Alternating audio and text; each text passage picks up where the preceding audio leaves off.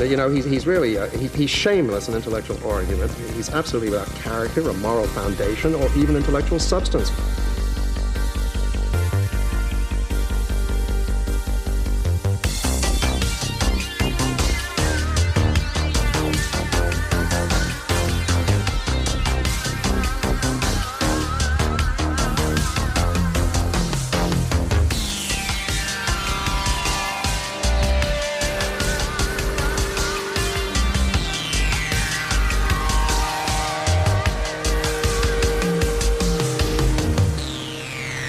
Welcome back to the Getting Lit podcast.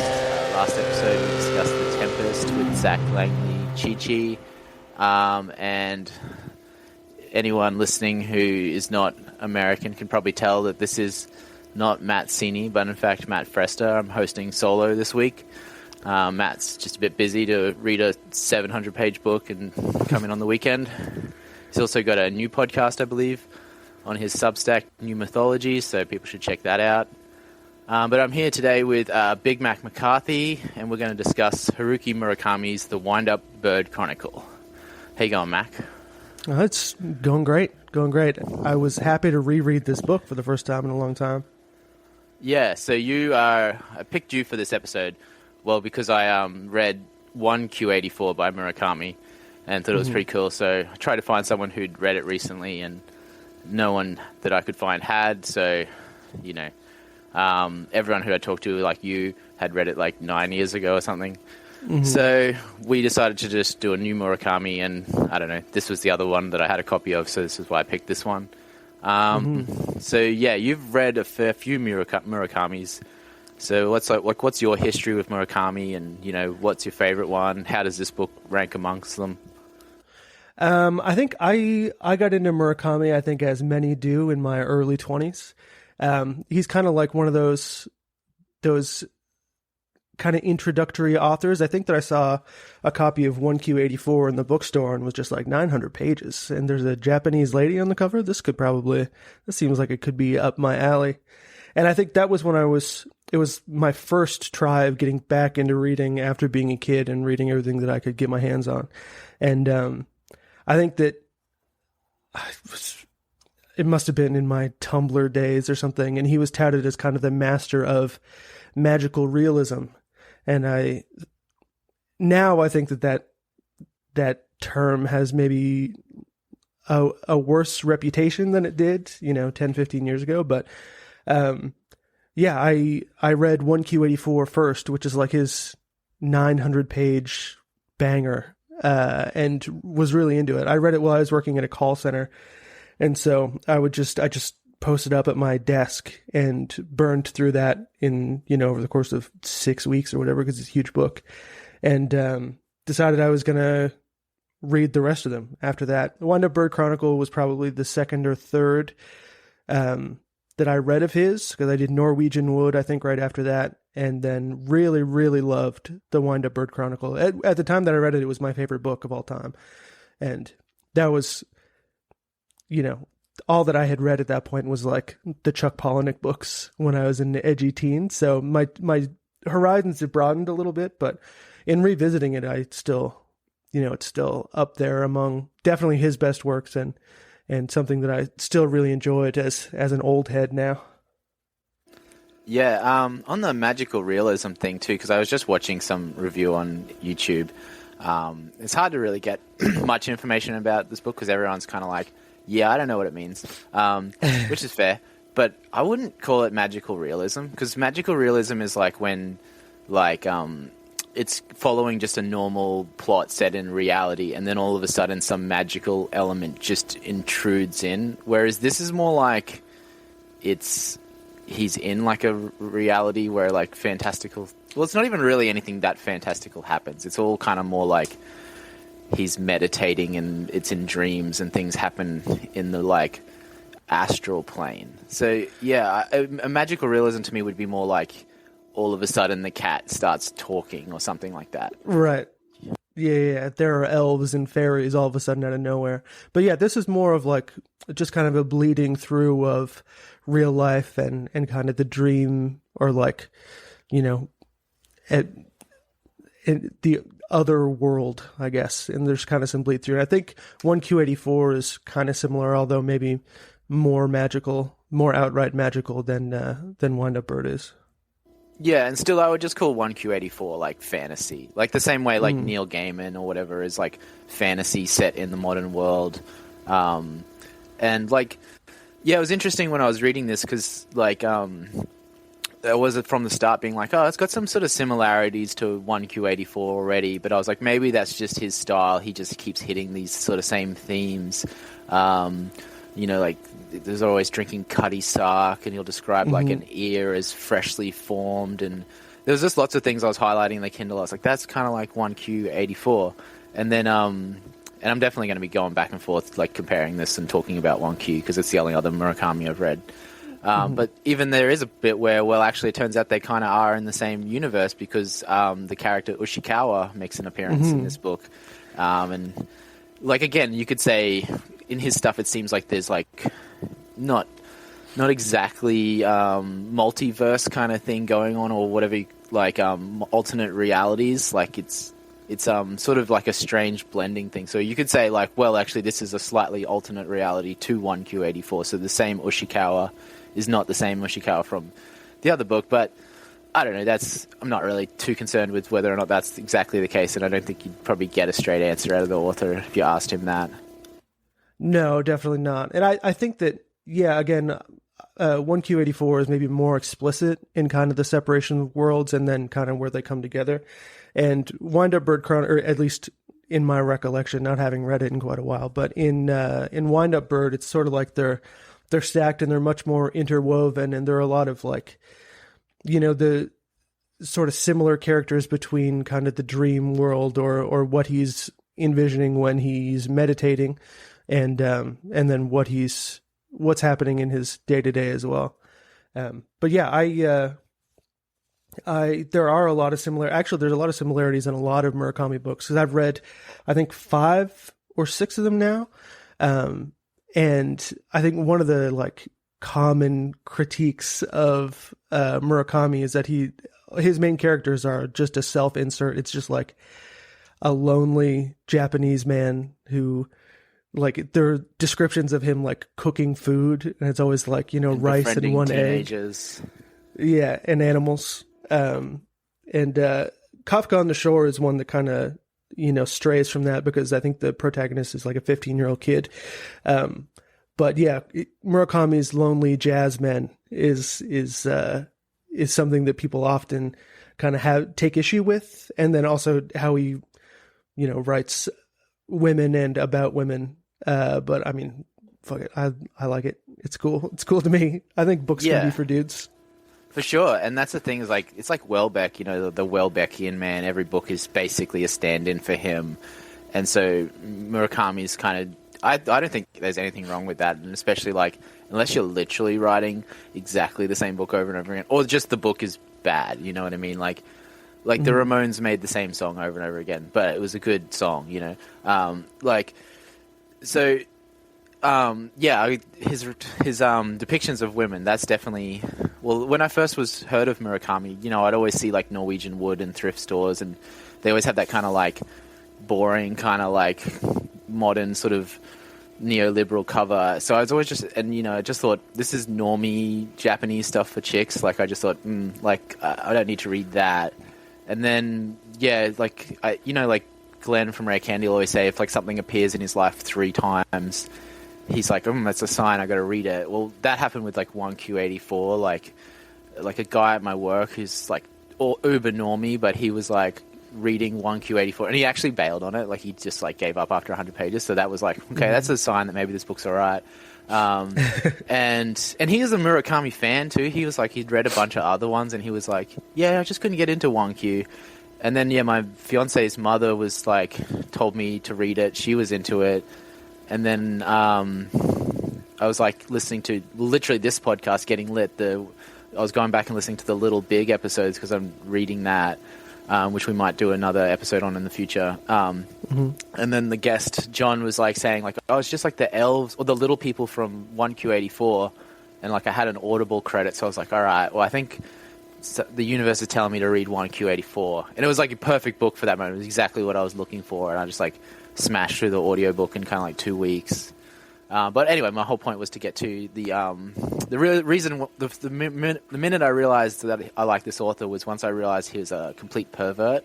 Because I guess I should have expected that from a Japanese author, but I thought just because it was so like normie core looking that it wasn't going to have that. I thought it would just be like surface level, like intimate relationship sort of stuff. But once I was reading pretty early on in 1Q84, the like main character Al Mame, she's descending a staircase from a highway off ramp, and then she starts like having memories from like a lesbian experience in like high school, and I was like, all right, okay, I think I can get into this dude. Yeah, well, this one starts right off in the same vein too, because he gets that phone call. And I think the very first chapter, he gets a phone call from a woman who, you know, tries to talk him through it, basically.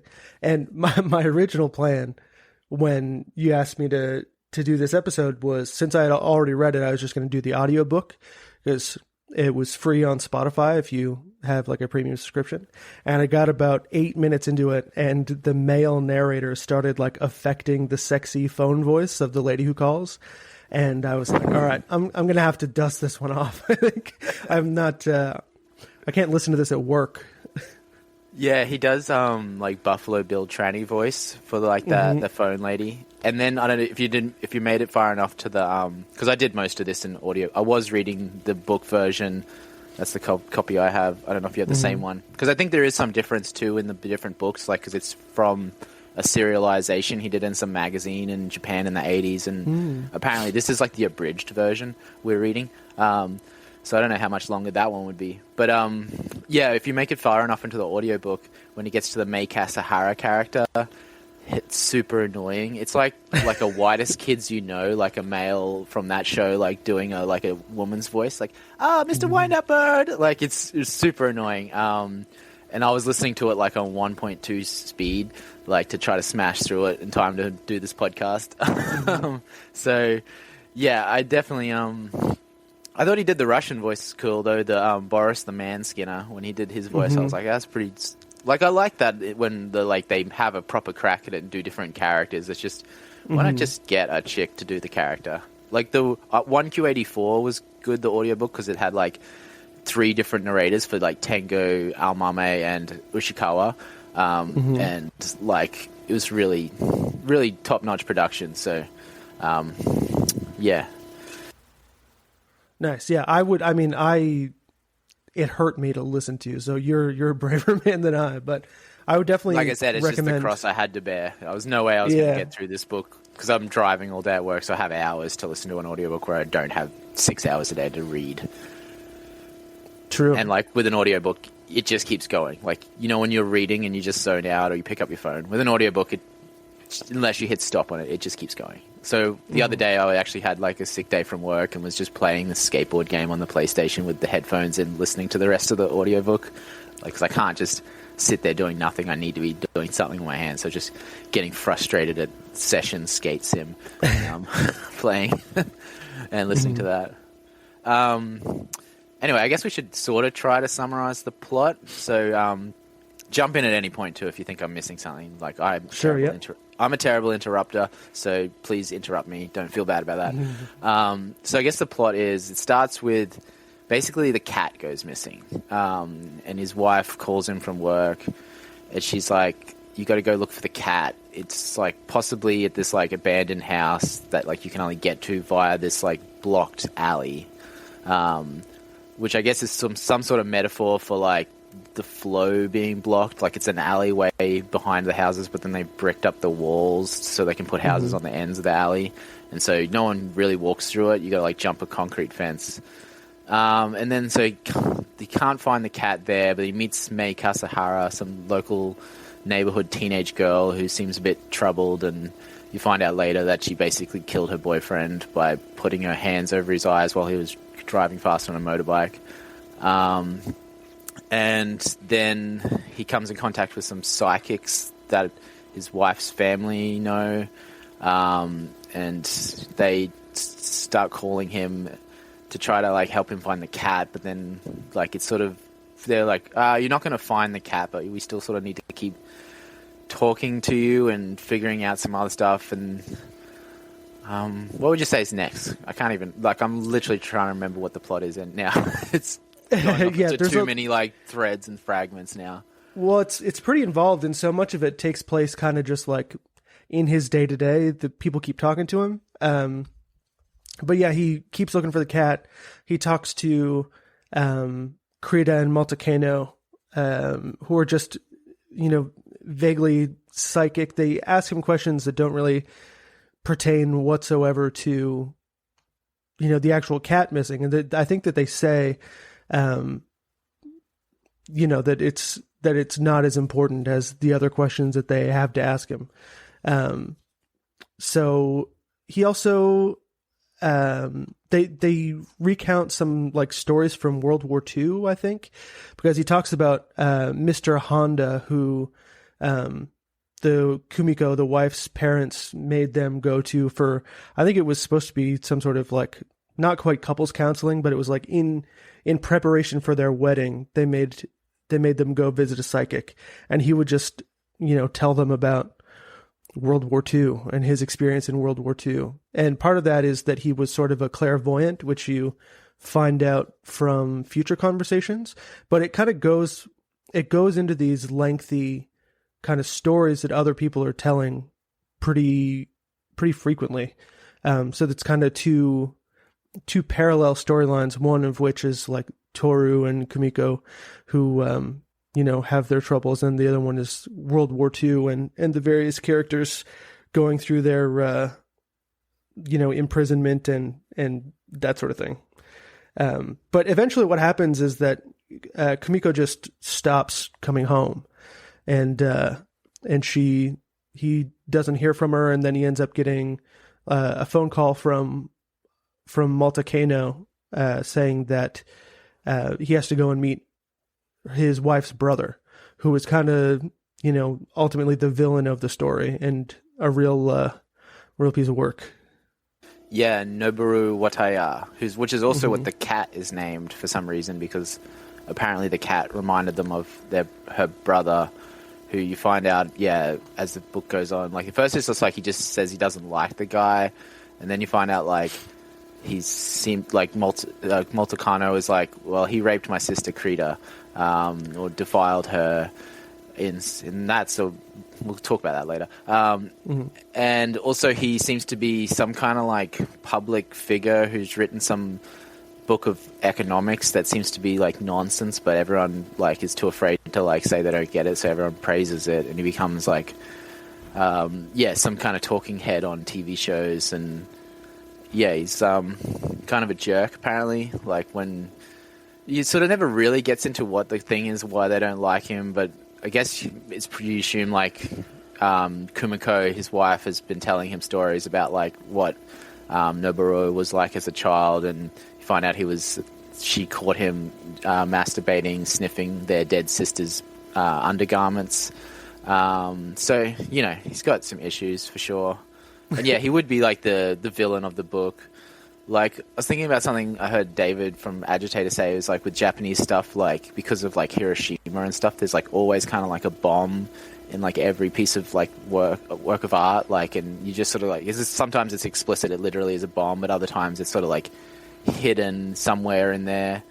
And so I was sort of trying to think like, what is the bomb of this novel, if it has one, and not quite sure what the answer would be. Like, maybe it's just his kind of like coasting through life, and then because that's where he's like unemployed and he doesn't really have any direction, and then like the cat goes missing, and then that sort of like sets it all off. So maybe the cat going missing is the bomb, or maybe just his sort of lack of direction is a ticking time bomb that explodes, and then a bunch of crazy shit happens.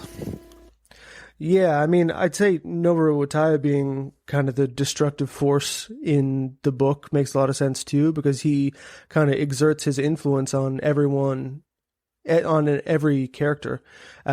Most of the characters in the book are women, and I think that Noboru Wataya violates like half of them. So he's the big bad, and he's kind of like the direct opposite of of Toru, because he's like, wildly successful and brilliant, and Toru is unemployed and can't find a job and just kind of bums around all day. And Nobuo exerts his control over Kumiko, like his sister, Toru's wife, and he's kind of pulling all the strings, whereas Toru is really just going with the flow, if you'll excuse the relevance to the plot. But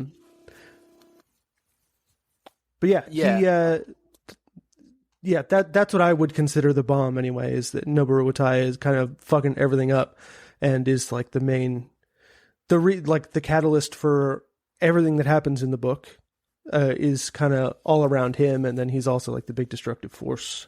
So yeah, for sure. And like he's even described later in the book as kind of like having some kind of spell like cast on society, like there's something he has some kind of like I guess magician like power, and that he exerts on his sisters when he's young and people around him, but then like as he gets older he starts to like through the medium of television be able to like cast that spell on society at large.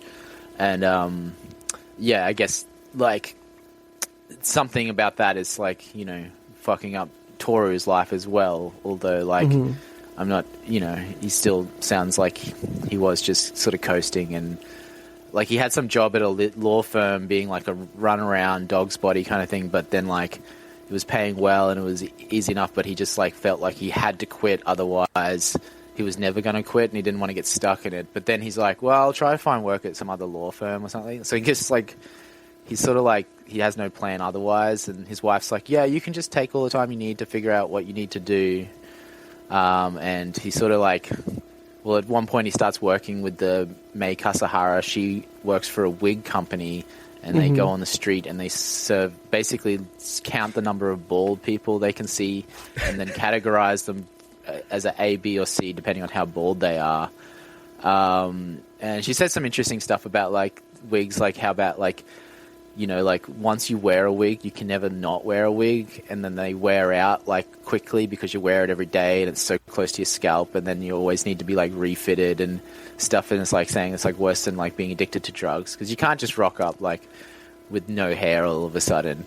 And like I'm a bald man, so like I've never once considered wearing a wig because I just could know that was just like, you know what I mean? You just got to like take the hat off and just accept it and go out in public. And if you start wearing a wig, like that would just, what are you swimming or something and it comes off, or that'd be like way more embarrassing than just being bald. And I also think the other way around too, like if all of a sudden you just turned up with hair, like that would be embarrassing too, because then everyone would be like, you care like too much. I mean, this is easy to say as a haired man, but I think you just got to rock it. You just got to let the Norwood fly. I think embrace it. You can have bald swag. I think that's possible. For sure. Yeah, like no, like the worst look I hate is when dudes just do the like. Some people can pull it off, especially if you're like black or something. But like pasty white dudes, well, they'll do the razor short shave, because you can still see that they're bald. Like it doesn't. You can see where the like grain of the hair is and where the just shine is. But when they're just like pasty, like, Irish skin, kind of like, it's just disgusting. Like, so I'm always just like, you're better off doing the Costanza than trying to like, some dudes can pull it off and do the completely like razor shave, and they can, white dudes even, but generally no. And like I just clipper it short, and then I generally just wear a hat. But I've done plenty of my time beating the streets with like no hat on, so I feel like I've earned the right to wear the hat, because I'm not like afraid that the hat will fly off. Whereas I've known bald dudes. I have a friend who was bald and I didn't even know about it for ages, and then one day like his hat came off and I was like, holy shit, you're bald. Like and so I was just, you just got to face that. I don't know if this is any relevance to the book. Obviously we're going to like go off on tangents and horse around a bit, because I don't really have any understanding of what this book means, and I don't know if it necessarily does have like a meaning. I think it's more just like a meditation on a lot of topics, and it's very surrealistic. And I guess like I heard one podcast where they were saying, he was sort of commenting on like the Japanese, what's like the Manchurian. I don't understand what that is about, really. Like, this book taught me most of what I know about that whole thing, the rape of Nanking, kind of whatever happened in Manchuria in World War II. And those scenes were pretty captivating. Like, obviously, I guess let's get into the scene where basically so there was the Mr. Honda character who was like the mystic of the family or whatever. He dies, and then Toru, the main character, gets a letter from someone, Mr. Mamiya, saying like, Honda has died, and he wants to like give you a keepsake, memento to remember his life. So I'll come round and give it to you. And then he comes around and he's like, I can't. He said not to open it in front of me. But then he's like, tells him a bit of like the story of how he knows Mr. Honda, and he's like, he told me never to tell anyone, but I guess he's dead now, so what does it matter? Like, and you find out like they were part of some campaign to like cross the Mongolian border. So it was Honda, Mimiya, some other guy whose name I'm forgetting, and Yamamoto. There was like 4 of them all up, right? Yeah. And Yamamoto was like clearly like a spy or some kind of like high, like very special forces kind of guy. And they ford some river into Mongolia, and he's just like, wait here, and if I don't come back like in 2 days or whatever, like leave and tell base what happened. And then he comes back with a gunshot in the arm, and then they try to cross back over the river. Oh, and he's got some documents that basically they can't let the documents fall into enemy hands. Like, they want to get the documents back to the Japanese side, but if they can't do that, like, destroy the documents. And so then they get caught trying to, like, before they get back over the river, the Mongolians. One guy just gets, like, his throat slit just before he even realizes what's happening. And then Mamiya and Yamamoto wake up basically with, like, Mongolians pointing rifles at them. And Honda has just disappeared. And but the night before that they're ambushed in their sleep, but then the night before, then Mamiya has a conversation with Honda where Honda tells him that he's going to live the longest out of any of the 4 of them. And so, like, he's not in any danger because his lifeline goes on for so much longer. And then in the morning is when they get ambushed by the Mongolians. Honda is gone, and the guy whose name we can't remember had his throat slit in the night. And then since Yamamoto is not going to give them any of the information because they can tell that he's a spy, they decide to torture him to death. And this is Boris the Manskinner, is that what they call him? So it's a really graphic depiction of them torturing this Japanese spy by peeling all of his skin off in one piece.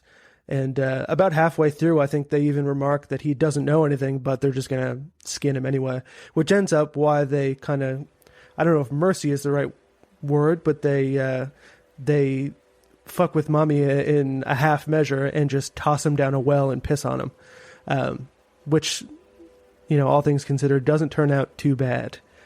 Yeah, like Mr. Honda tells him, like, you're going to live the longest out of all of us, and you're not going to die on the continent. You're going to die in Japan.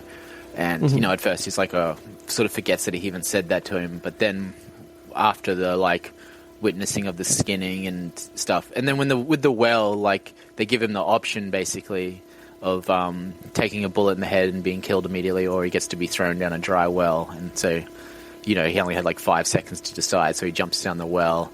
And there he's sort of wishing he had accepted the bullet, but then he's sort of like remembering Mr. Honda's words, like that he's not going to die on the continent. But I guess like he still had no real reason to believe that he knew anything. He could just be, you know.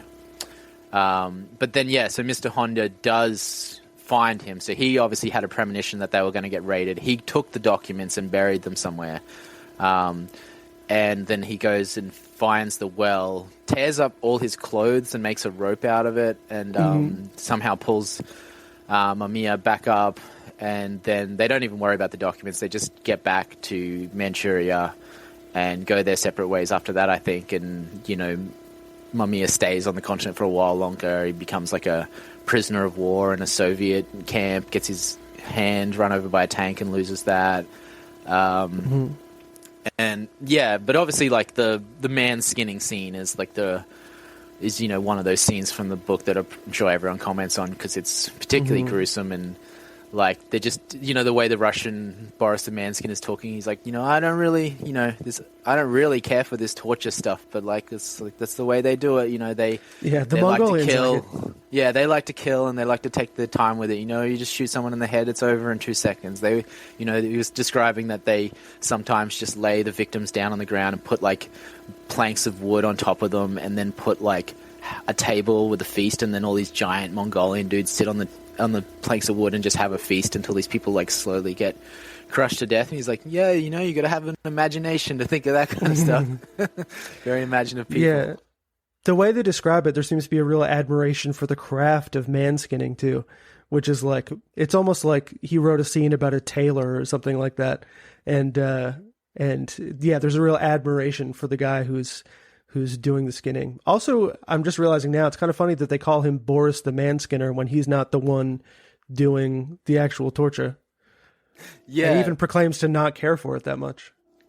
Yeah, well, like later when Mamiya runs into him again in like a Soviet prisoner of war camp, and like something's happened in the regime where Boris has sort of had to take like a bit of an L, and it's sort of like a symbolic being put into the prisoner of war camp, even though everyone's like, yeah, he's going to get out of here soon enough, and like don't get on the wrong side of him because he is psycho. Like he's apparently skinned 5 men before, and he like displays the skins in his office proudly, and like, well, yeah, so like that's later in the book, but like when Mr. Mamiya tells the rest of his story. But yeah, basically once he runs into Boris, like, and they recognize each other, Boris calls him in and he's like, I got a deal for you. Like, we want to get rid of this Georgian, I thought he was talking about Stalin when he's like the Georgian head of the Politburo, but I think it might be someone he's talking about.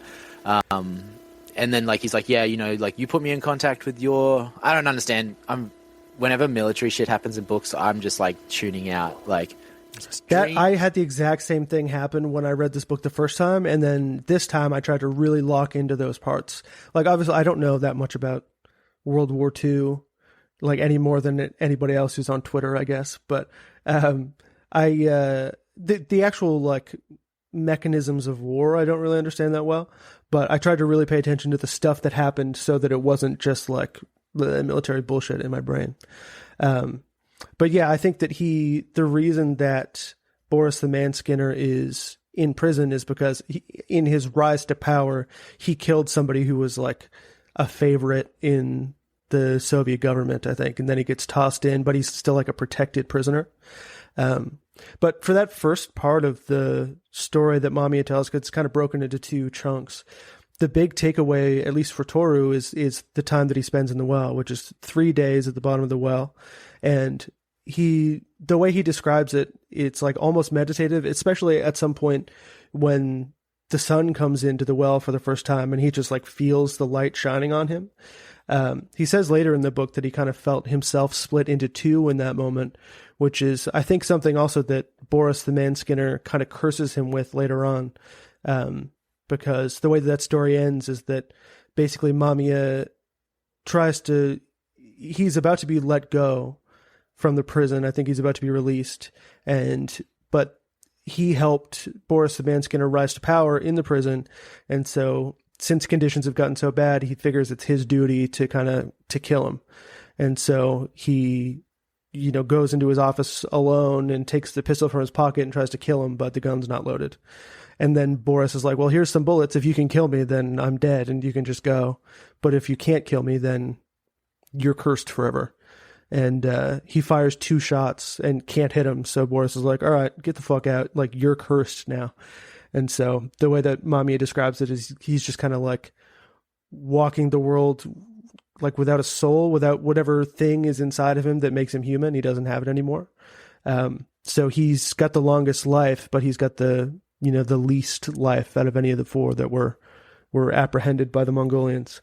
So it ends up being a pretty tragic story, but what it gives Toru is the fact that he should go to the bottom of a well and chill out for a little bit, which it kind of makes reference to this a couple times before all this happens, but there's an empty, dried up well in the yard of the abandoned house next to Mei Kasaharu's. And he talks a couple times about how abandoned houses are kind of like, it's another interruption of flow, kind of the same as the alleyway behind all the houses. And it's just like there's like it's kind of like a stagnant energy. And so the second part of the book is when he starts going into that well and kind of meditating, mulling things over after Kimiko leaves.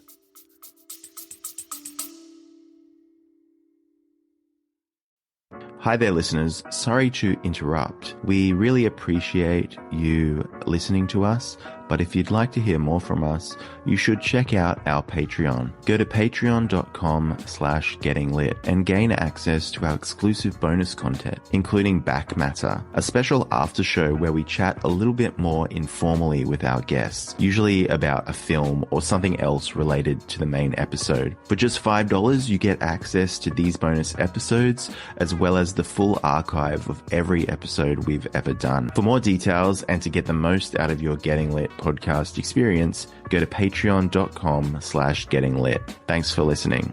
Okay, back to the show.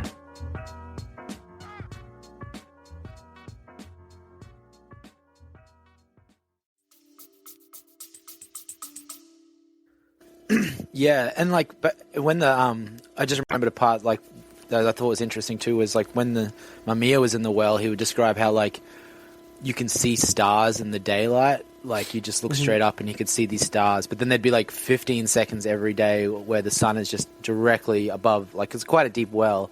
And he's like broken a leg being thrown down there and stuff. Like for 15 seconds, the sun is just directly above, like shining on it. And then it's just like this, like intense blinding radiance. And then he's like, there's something like I can see in that. Like, it's like he could see like himself or something like in this like light. Like it's so much like pure, like from being like just in pure darkness to then in just being in pure light. There's like some kind of like silhouette or reflection or something he's able to like almost glimpse at. And I guess that's, you know, what I'm getting from the two Murakami books I've read. It's like nothing's ever made like fully explicit. It's always these things that you're just like almost sort of getting a grasp on. Like in 1Q84, he never really explains who the little people are, what their purpose is, even if they're good or bad. And like, you know, I think that's fair because like it's also like about the limitations of language and stuff. Like I guess you could say this is like postmodern sort of text, and you know, I've never read any like literal like postmodern theory, but from what I gather from Twitter and stuff, it's like, you know, it's about this like inability of language to fully like concretize something. Like, you know, you can always just sort of be like alluding to the concepts, and you know, you can get into like I know like Murakami like references like Jung and stuff in 1Q84, and it's all about like the subconscious symbolism and stuff, and like, you know, the symbolic language being something that like that is the like perfect representation of it as the symbol. But then if you try to put it into like a human language, it's like it's just going to be an approximation of that. Right. I think that he's a lot like, the way that it hits my brain at least is a lot like how like David Lynch movies do, where I feel like there's a huge like effort to analyze and like solve the puzzle of like the movie or the book or whatever it is. And I feel like Murakami and David Lynch are both similar in the way that it's definitely meant to be intuited rather than like explicitly understood. And that's something that I really like about Murakami's writing, and I think in a different way than a David Lynch movie or something, but just the way that he approximates that kind of dreamy atmosphere of things that are like, you know, sort of like you ever have a dream where you're holding something and then you're like in the process of waking up and it's kind of still kind of in your hand and it just kind of like floats You're away. You're talking about a beer, right?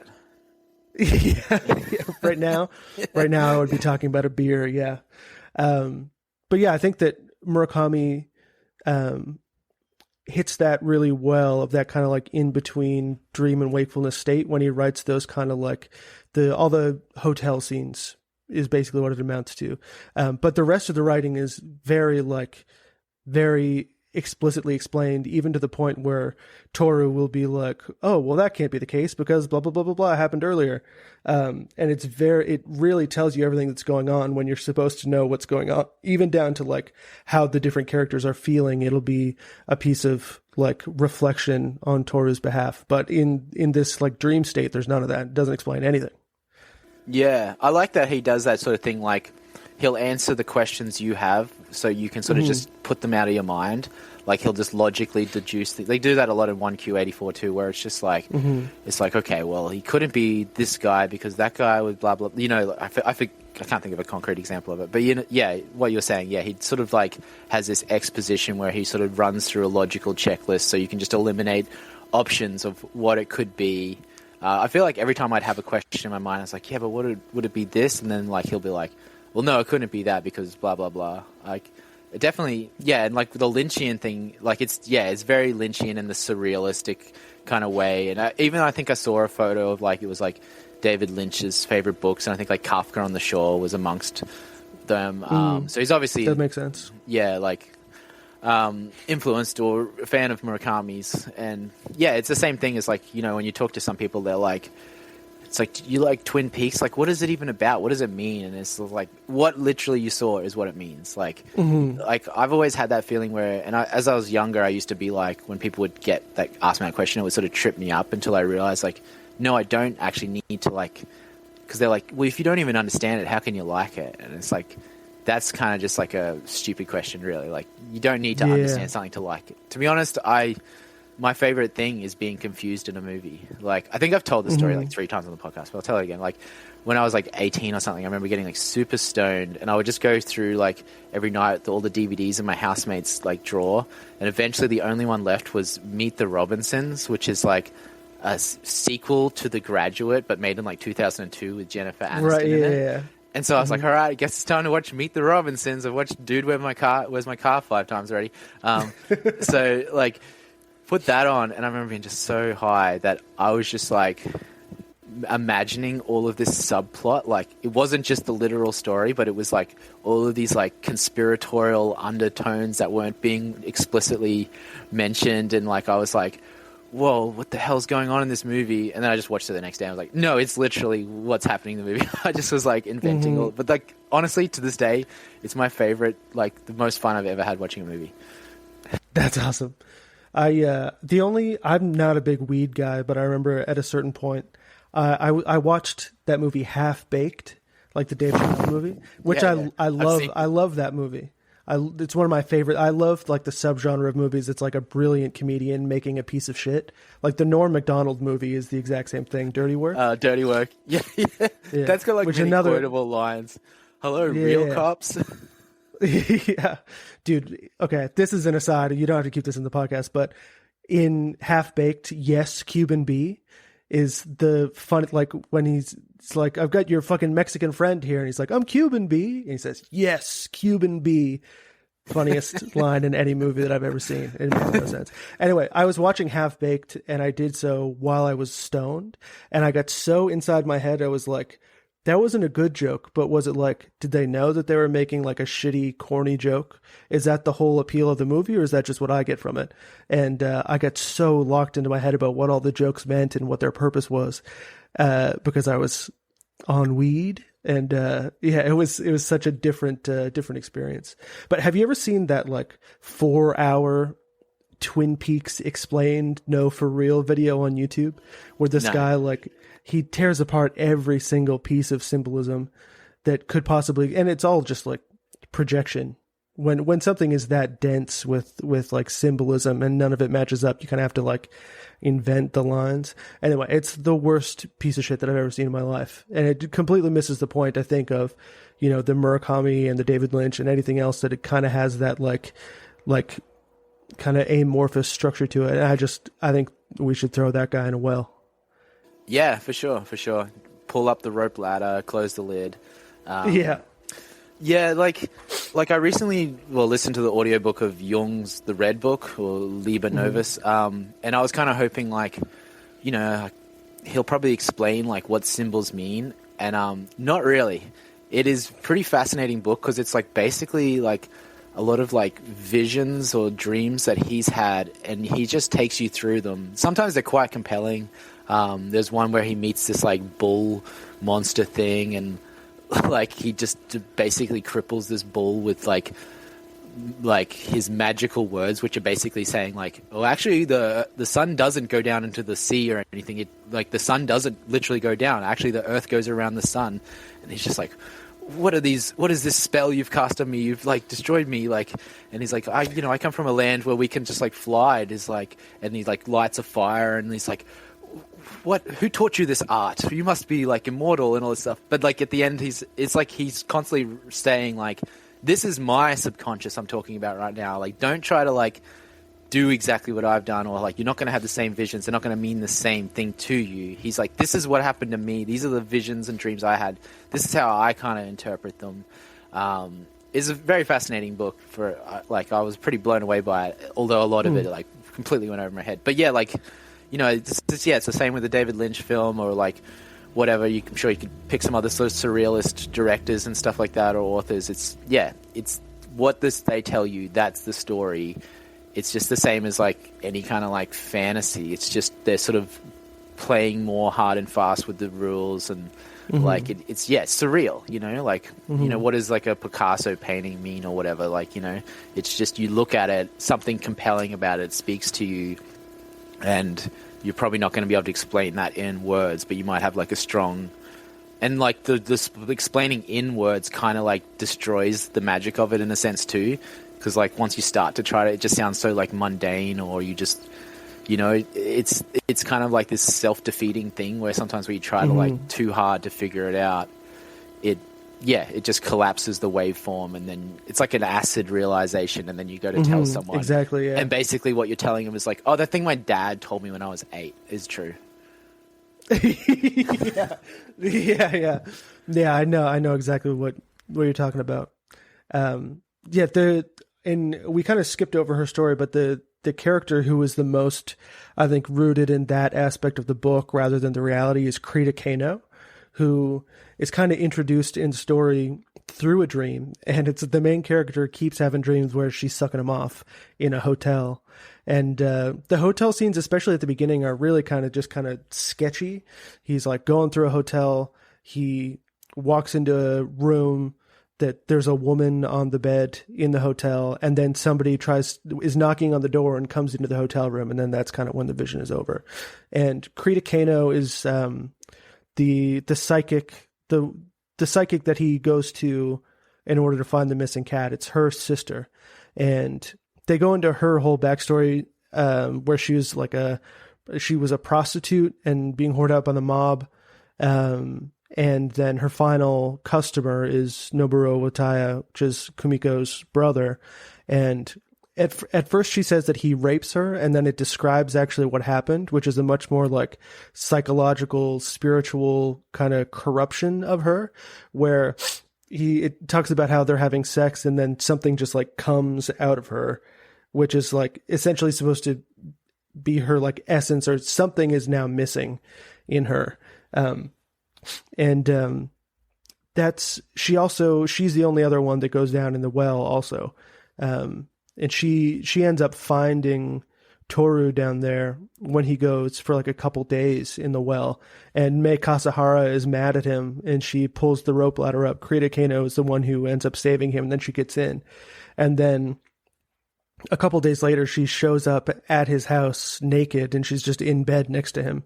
And I think tells him the rest of the story about Noboru Wataya, and asks him to be her final client as a prostitute, basically, and they sleep together in real life instead of in the dream world. And then she tries to get him to run away with her to Crete, because she feels like she needs to go back and do something, the same thing as Malta Kano did in Malta, where she found like the best water in the world or something, and that's kind of how she solidified her psychic powers. And that's kind of her entire arc, is she's just sucking dick in a dream, and then tells him, basically solidifies the reason why Noboru Wataya is such a fucking asshole, in like a magical kind of way. Yeah, like it's like a metaphysical rape or something. Like it's described as like putting something into her but then taking something out is like that was as slippery as a baby, or as a newborn baby, or something. They described it. And like, yeah, and she was also saying like when she was young, she was just like constantly in pain, like all kinds of pain, like just physical pain, mental pain, period pain, like every second of her life, and she wanted to kill herself. And her sister was like, well, just write it out till you're like 18. And then she's still in pain, so she borrows her brother's car to drive into a wall, but the wall's not really strong enough, and she has a seatbelt on, so she doesn't die. And then she has to start, but then she realizes after a while she's no longer in pain, but she's just kind of numb. She's not feeling pleasure either. And then so she starts whoring herself out. And then when she gets like taken by the mob, they're like, yeah, well, you're gonna like, you know, give us most of the money, but we'll get you good clients and we'll protect you as well. You'll get strangled on the street if you just keep doing what you're doing. And then when Noboru Wataya violates her, defiles her, then it's like, because she was in this interim state where it wasn't really her, when she was in this numb state, it actually protected her from him like completely like destroying her. Like, and then she goes into her like third act of being like this kind of psychic medium with her sister. And like, they never, again, it's like, you know, they never really explain what these sort of mediums do. She sort of says like, I'm a prostitute of the mind now, like, you know, and then later, basically that's the work that Toru starts to do for it's such a crazy book to talk about, because everything just like this, you can't just linearly go through it, because now we've got to bring up Nutmeg and Cinnamon. The way to get there, I think, is that at a certain point he starts asking questions about the abandoned house, and like obviously his wife has also left him, and he found out that she was cheating on him for like 3 months. And that's when he goes and meets with the two psychics and Noboru Wataya is basically the one who's like, yeah, she's leaving you. You guys should get a divorce. I'm not keeping her from seeing you. She just doesn't want to talk to you anymore. And that's when he starts going in the well and doing all this other shit. But he calls his uncle, who owns the house that he lives in now and is like a realtor or something, and starts asking questions about this abandoned house where the well is. And it turns out a whole bunch of like murder-suicides have happened over and over again in this house. So they talk about the flow being blocked off. Like, water is important, is like, I think, a direct quote from the book. But the advice his uncle gives to him is, you're doing too much. Go out and do nothing.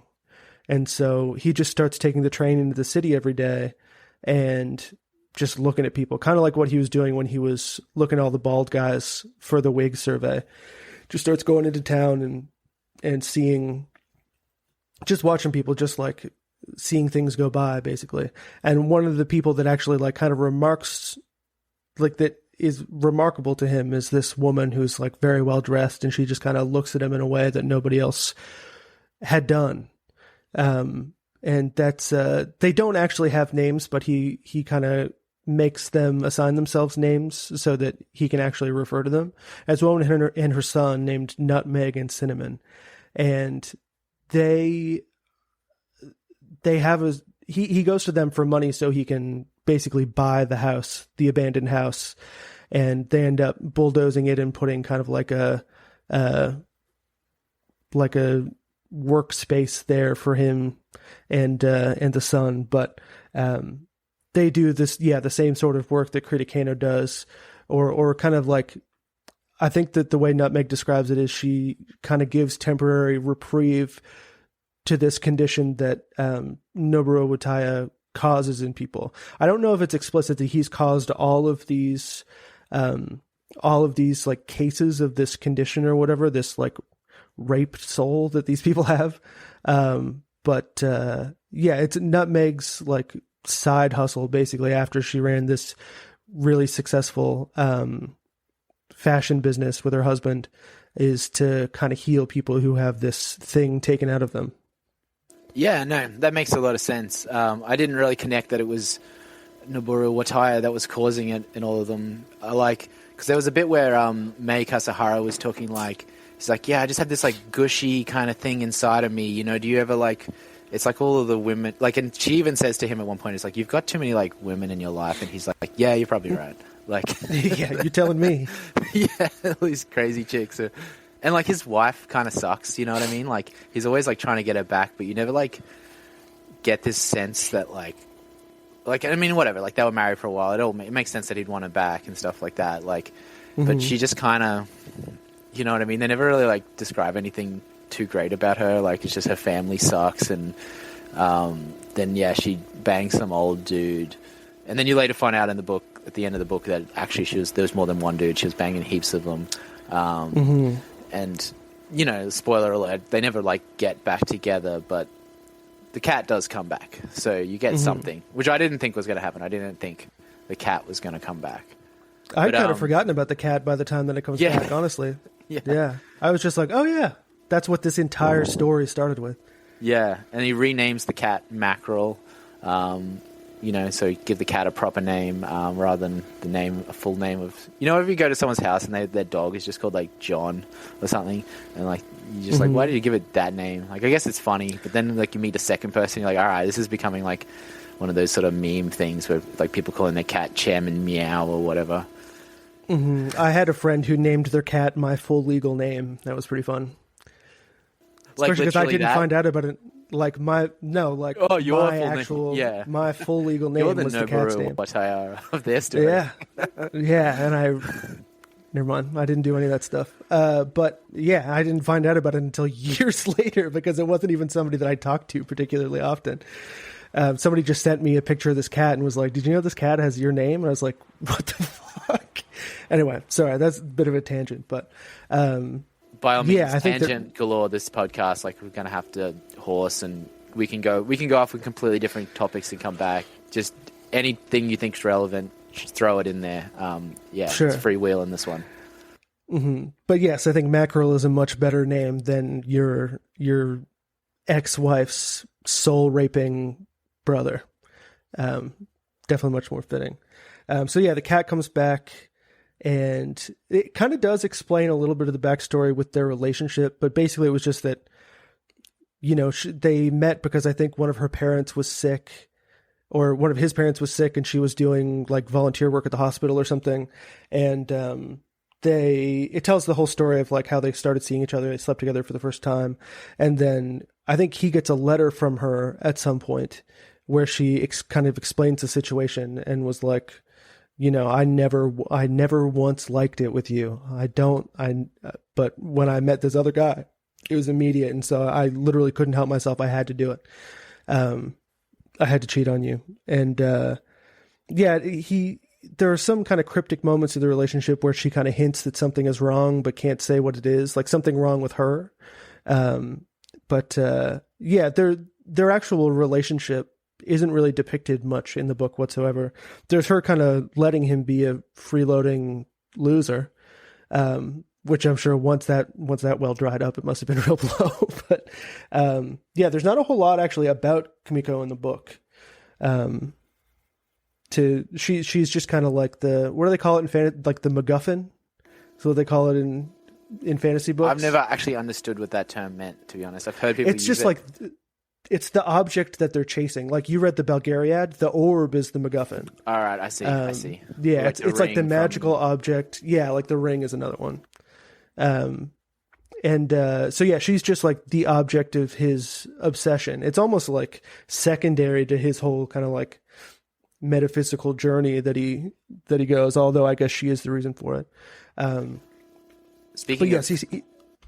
ahead. Oh, I was just going to say, speaking of Kumiko, I guess the event that happens is like she gets an abortion while he's like out of town, and he sees some strange performer in a bar who sings folk songs that he's not really that into, but then does this thing where he's like, all right, a special treat for you, like dim the lights, and he burns his hand on a candle, and he's like talking about the power of empathy. He's like, see, you're all like feeling pain as I'm doing that. Like that's what art is about, is to make you feel empathy. And it's like, this is for the people who didn't like what I was doing tonight, kind of thing. In which, you know, Toru is one of those people, and then like, yeah, he's quite affected, and then he like shows his hands and there's no burn on it, and he pulls a scarf out of his hands or something. So it's like a little magic trick. And then later in the book, he sees that guy follows him into some like house, and then the guy like jumps out of nowhere and starts hitting him with a baseball bat, but then he somehow becomes the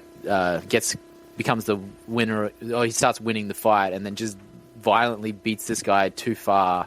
But then the guy just starts like Brad Pitt in Fight Club, just like laughing in his face, and then he just like eventually stops and just takes the bat with him, and gets on a train all covered in blood, or a bus, and goes back home. And then the bat is this like object like that he can sort of take into the metaphysical realm, like when he's down in the well. And I guess the other thing we should mention too, I guess important part, is that at some point when he's in his like dream state trying to go through the wall of the hotel room, he comes back out of that, like he's sitting at the bottom of the well, either asleep or meditating, trying to get into this hotel room and to try to figure more out. And then then the woman in there's like, when there's like someone knocking, she's like, you got to go now. Like, this is the last chance. Like, and pulls him through a wall. And then he wakes up with like a mark on his face now. Like, he's got this blue-black little birthmark thing. And that seems to be sort of like how his cinnamon or nutmeg recognizes him as like potential someone to take over her like fitting, she calls it, like with these women to help them like relieve their issue. And because you find out her father or her grandfather had the same blue-black mark, and he was like this like zookeeper in Manchuria. And then there's a whole chapter of massacring the animals in the zoo. And yeah, I'll let you jump in if you got anything to say on that. Sure. Well, I want to first say that scene where he beats up the guitar player was the most confusing to me in the entire thing, because it takes place in like real, like he's not in the well when it happens. I don't know if I should say it takes place in real life, but it's also one of the scariest and like most surreal things that happens in the book, where he just like goes buck wild and kills this guy. And then there's no like follow up. There's not even really any suggestion that it wasn't, one of these dream occurrences or anything like that. But it's I think it kind of suggests that those two worlds are overlapping to me, because that was the most kind of surreal but easily explained part of the book to me. I don't know if you got that impression too. I think by that stage, I was just powering through the audiobook, so I just took it as it was. So you think he killed the guy? I thought the guy was like alive still, but just very badly beaten. And yeah, I guess like, I just, thought something about like, cause he was made that speech about empathy, and then it seems like he led him into the place, and it was like sort of more like, he was like, come on, man, you got to like get mad and actually like show some strong emotions. That's why he's like laughing. He's like, yeah, look, I've provoked you. And then, yeah, he gives him the weapon that he can, like, he's like charged the weapon now, like with some kind of metaphysical powers through like his anger and the blood. Like, that's the best I've got for take away from that. Yeah, no, I think that makes a lot of sense. And there is some overlap, because I think this is jumping ahead, but at the end, when he goes into the dream hotel, he doesn't have the bat with him, and somebody hands it to him when he's in there. So that would make a lot of sense if this was kind of like you said, he charged up the weapon with some sort of like metaphysicality. But yeah, that scene was very unnerving to me for whatever reason, just because I think it was supposed to be real, but had all the elements of this weird dream world. So yeah, when you were talking about Nutmeg and the blue mark on her father's face, she tells a lot of stories, or her son Cinnamon kind of gives Toru access to the computer that they're on. And the big one is about when they kill the animals at the zoo, and then the next day when they have the Chinese captives on the baseball team, and they have them executed too. And this is told from the perspective of her father, who I think was the veterinarian of the zoo. But it's made clear that that Nutmeg was not present when any of these stories were told. And this was like, I think it was a dream that she had when she fainted on a ship or something like that. And there are a lot of weird tie-ins with the primary story, like the blue mark on the face. There were others that I don't recall right away, but it kind of calls into question if the story was real or if she made it up with, the elements of like Toru. I think that there are a couple people who have that weird blue mark that come up in her stories, and it's all very confusing about what is supposed to be actually connected and what is her telling these stories for some other reason, and then giving them to Toru for whatever that reason would be. And the other thing that connects them too is, which we probably should have mentioned at some point, was like from the name of the book, the Wind-Up Bird.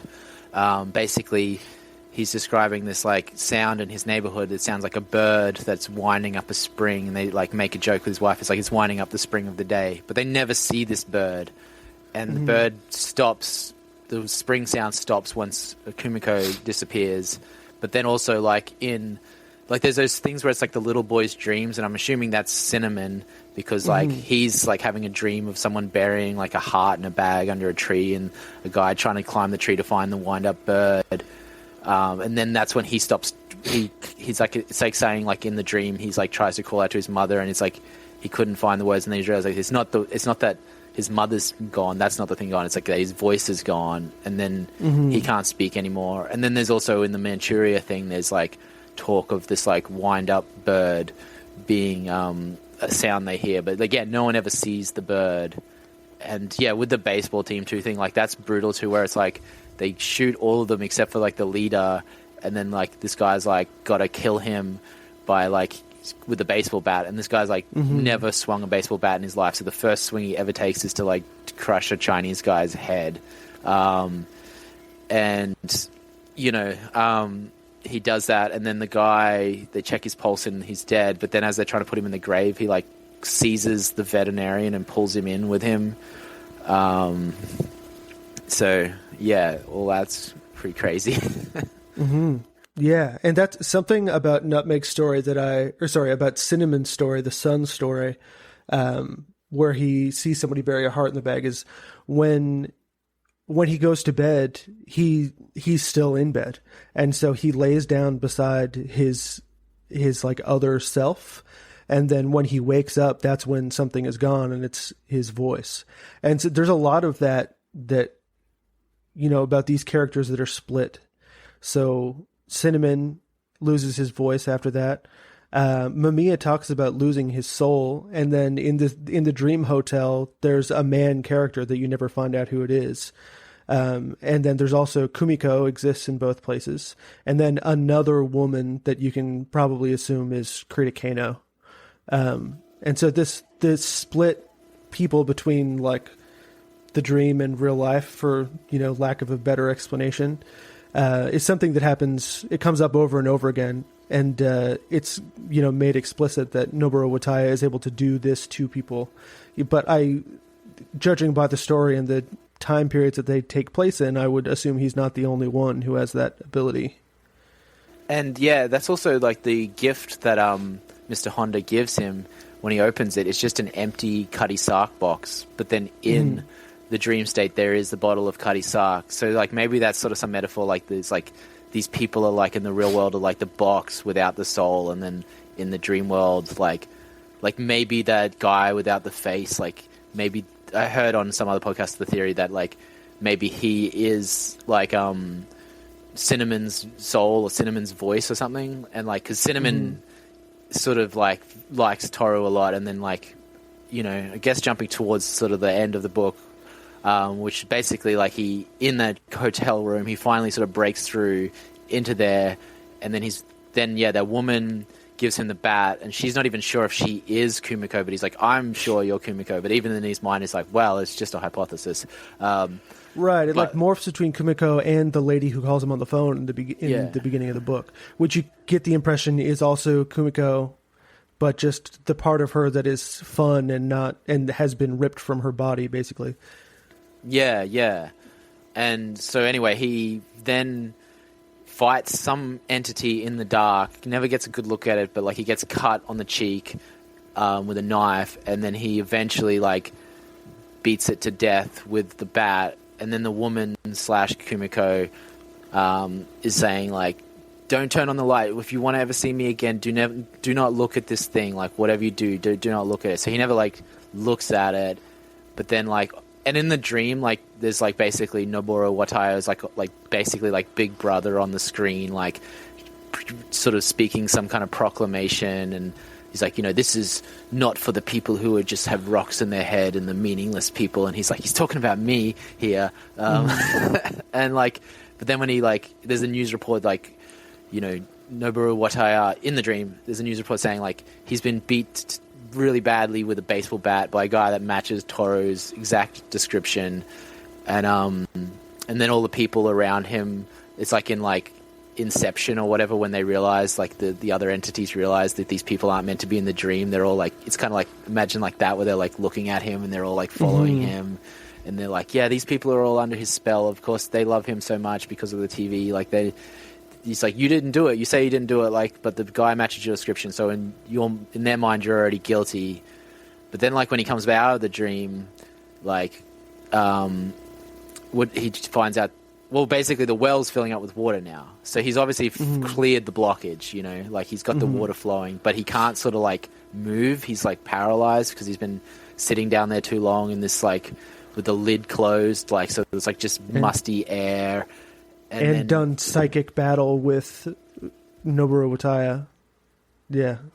Yeah, and then he finds out that basically Noboru Wataya in the real world has had a stroke in public and has been rushed to hospital. And I guess like then eventually he gets a letter from Kumiko saying she's like, I'm going to go kill my brother. I'm just going to pull his plug out of his machine and kill him, and I'll just go to jail. Like, and that's what she tells him. Like, it wasn't just one guy too; it was like tons.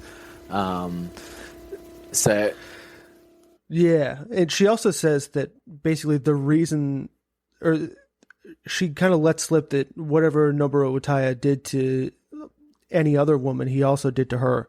He kind of split her in half and took something from her, and it's kind of implied that he also did the same to their sister, who ended up killing herself at some point before the events of the novel started. So she kind of explains that, like, her brother did something to her, and that's why everything happened. That's why she's been fucked up. That's why she had sex with everybody. And then she kind of like, she says that she didn't feel anything, but she couldn't face him because she was so guilty and felt so horrible to do all that to him when he didn't deserve it. And she never felt anything for it. Like, it's she kind of explains both halves of how she feels about it.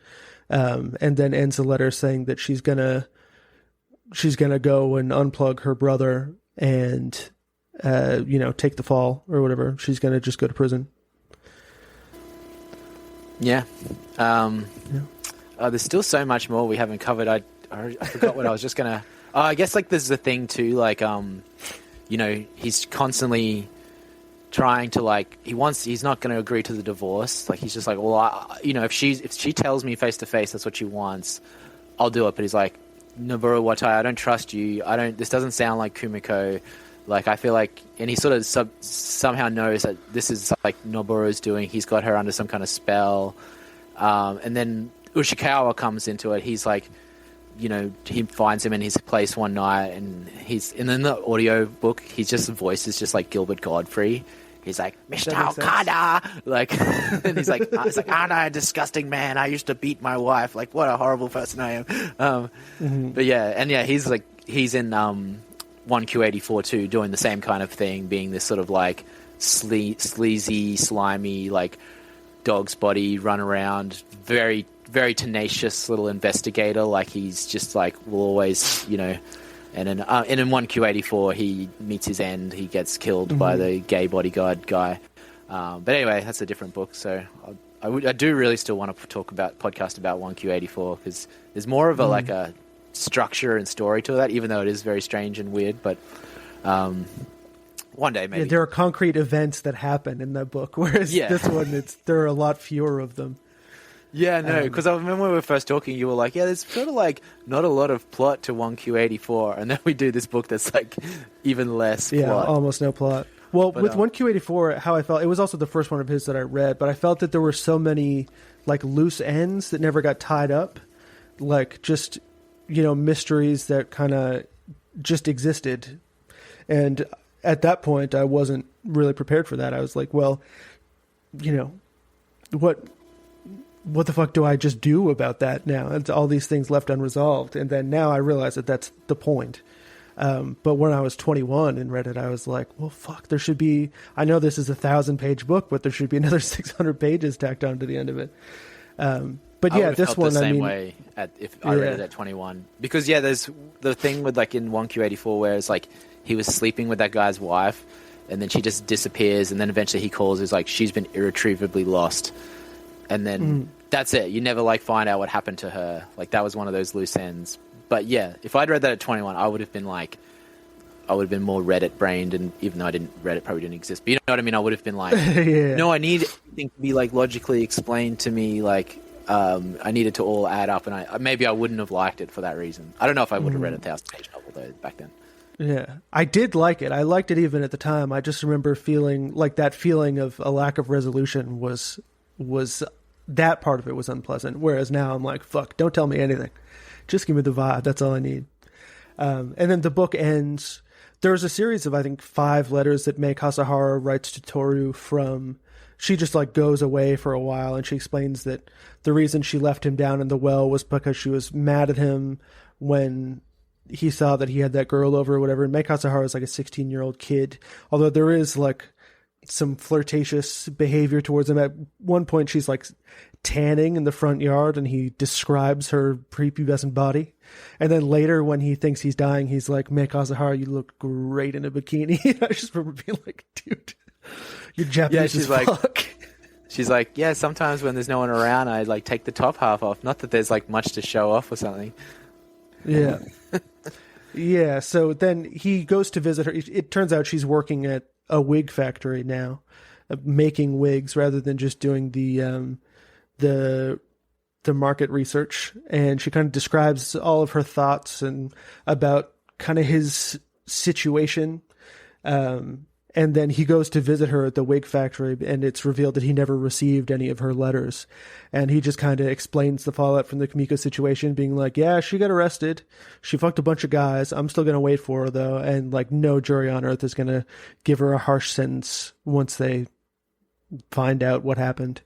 And so the book ends just, again, with a lack of a resolution. It's just kind of a we'll see, where he wants his wife back, and she's in prison for murdering her brother. And that's just kind of where things leave off. Yeah, and like I didn't find that disappointing or anticlimactic. Me either, yeah. Because like that's the thing, is like books just have to end. Like I'm very much like, I used to be more like I want the ending to be like, yeah, the end of Fight Club, where it's like, whoa, it all makes sense now, or whatever. Now I'm very much like, yeah, I want the story through the middle to be like entertaining and like get me sort of transfixed or whatever, and I wouldn't want sometimes like the ending can ruin a book, like by just being like too trying to like wrap everything up with a bow, where it's like this flimsy, loose thing. Like, you know, with a book like this specifically, to be like, yeah, well, you know, like he didn't get his wife back, but it's like, well, at least the cat came back, like, you know. Yeah. It doesn't have to be a Pixies song and you met me at a very Japanese time in my life at the end. Yeah. I hate the Pixies. They're my like most hated band. Yeah, but I think I'm of two minds on it for sure. It's just a band that's been ruined for me. Like I did kind of like them once, and then like I have a lot of friends who just played them way too much, and especially like they're really irritating. Like they have a lot of songs that like have like no bass. It's just very tinny. So for me, it's just like a band that it's just been irretrievably ruined for me. Like, it's not to say they are a bad band, and I actually don't mind what's the singer's name? Like Frank Black. I don't mind his solo stuff. Like I kind of like it. Not that I like have any of his albums, but yeah, this is a side tangent. But yeah, I know it's not they're objectively a bad band. Just for me, like they just irritate me. And I really liked them in high school because they seemed like such a singular voice to me when I was 17. I was just like, oh, this is like this is like the late 80s. There weren't bands that sounded like this then. It was like a totally new thing. And then I read that Steve Albini quote where he produced one of their albums, and he's like, I've never met a group of people more willing to be led by the nose, led like by a loop through the nose to having their sound changed. Because that's like, his whole thing was he just wants the band to sound better. He's not like offering input, and they wanted him to like join the band basically. And then I also watched the Pixies documentary where they're all just fucked up on drugs and they try a reunion in the early 2000s, and I was just like, ooh, this swan song is it's no good. So yeah, I'm of two minds about them, because I really like some songs, but they've also just got so many of them, and so much of it is not peak. But yeah, how did this book stack up for you against 1Q84? Like, how would you compare the two? I think I liked 1Q more, and everyone I talk to a bit, they're always like, yeah, 1Q's fine, but he's got way better books. So it could be just also like first book I read by him bias, you know what I mean? Like, because because I wasn't doing it for a podcast, so I got to kind of like leisurely enjoy it. Whereas this one, I read like 100 pages of the book, and then when you're like, I'm done, and I'm like, oh fuck, like I don't want it to like make you wait a month and then forget, like, because there's so much. So I was like, I'll just get the audiobook and I'll just like power through it. I did enjoy it a lot. Like, I'm very, I think Murakami has definitely like impressed me as an author. I like, it's kind of like, it's surreal and like metaphysical, but it's also kind of trashy at the same time. And yeah, like he's a pervert for sure.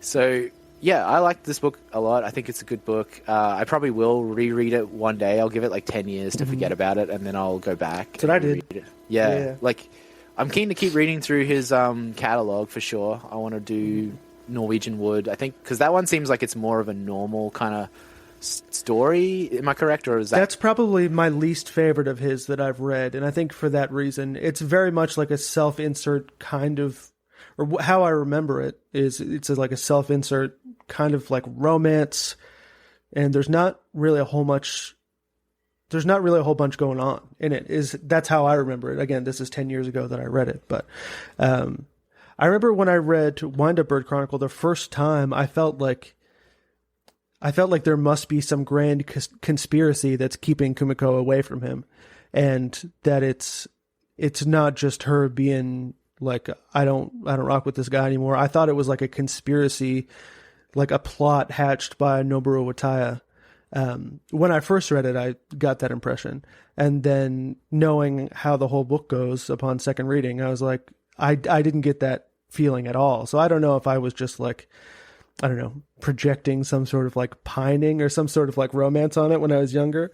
But this time that I read through it, it seems so like obvious what's going to happen, because she's so passive and like coming home from work late and blah, blah, blah. Then yeah, I don't know how you felt. I don't know if you got that same impression when you read it the first time, but I definitely think that's what I like about him, is there is this conspiratorial undertone. Like, I'm very much into like books of that style, like where there's just like this like slow simmering just background conspiratorial. Like, they don't need to actually be like show you the scene of like the men in like the like dark room like doing some cloak and dagger shit, but just this like 1Q84 has this like conspiratorial sinister vibe, and like, like, for me, this book, I think I put it in kind of like the stoner noir kind of category, like, like, what would you say? Big Lebowski's a stoner noir, but then like, Under the Silver Lake. Yeah, Inherent Vice. I kind of hate William S. Burroughs, as we've talked about on this podcast, but his book, Cities of the Red Night, is actually all right, and like that's like a stoner noir too, and so I like that kind of thing, like. Because a noir is like, like the main character is like trying to solve some crime or some event or something. He's trying to solve some problem, and he thinks he's sort of like chasing the clues down, but really he's just being led down a path, and he has like no agency. Like, he's just led down a path of just like crazy shit happening, things coming out of the shadows, nothing like ever being like you don't really see anything coming in this book. You never know what the next page is going to be and I like that about it. Like, I like this style. Like, and that's, the cover made it kind of look like that it was going to be. That's why, because I was in the bookstore and there was a copy of 1Q84 as well, but it had a kind of not a really cool cover, and it was really beat up copy. So that's why I grabbed this one, because I was like, yeah, that cover looks sick. It's time for me to start reading some Murakami, I think. You said you've read 5 of his books. What are the other ones you've read? Yeah, so this one, 1Q84. This one, 1Q84. I read Norwegian Wood, but that's the one that I remember the least well. I read Kafka on the Shore, which might be my favorite of his, but it's also the one besides this that I've read the most recently. And I put it off for a really long time because the main character is a 15-year-old boy. And from the outset, it establishes this like imaginary friend named Crow. And I was like, is this a young adult fiction book? And I just didn't realize when I picked it up. And then it becomes very clear that it is not. It's like a retelling of the Oedipus myth to a certain degree. And you thought that this one was perverse. That one is, I'll say, quite perverse. It's also there's like a trans character in it, but it's not like a big deal. It's not, Haruki Murakami didn't go woke or anything like that. It's very interesting portrayal of that type of person. But that one was really, really good, and I would recommend that one if you're gonna continue down this path. And then I read his book of short stories, Men Without Women. I think which is also like Blind Woman Sleeping Willow or something like that, isn't it? I think I've got a copy of it. I think it's Men Without Women, which is also the name of a Hemingway story. I think, yeah, Men Without Women. So it's a short story collection. And he also, like, one of the stories in it is fan fiction for The Metamorphosis by Kafka. It's like, I don't know, The Next Day or whatever. Or I think it might be from the sister's perspective who, like, takes care of, was it Gregor, I think is the bug guy's name? I haven't read that one, anyway, to be honest.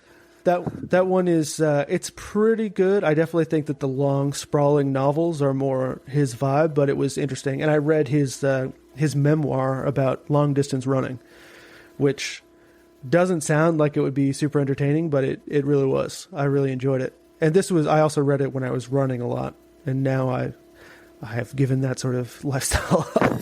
But, yeah, so I guess, is that 5 or 6? I don't know. I lost count. But I've read a bunch of his books, and I'm probably going to keep on doing it because I like that, I don't know. I don't want to use the word hypnagogic because I think that is, it's a, $10 word or whatever. But he does I do not know what it means, to be honest.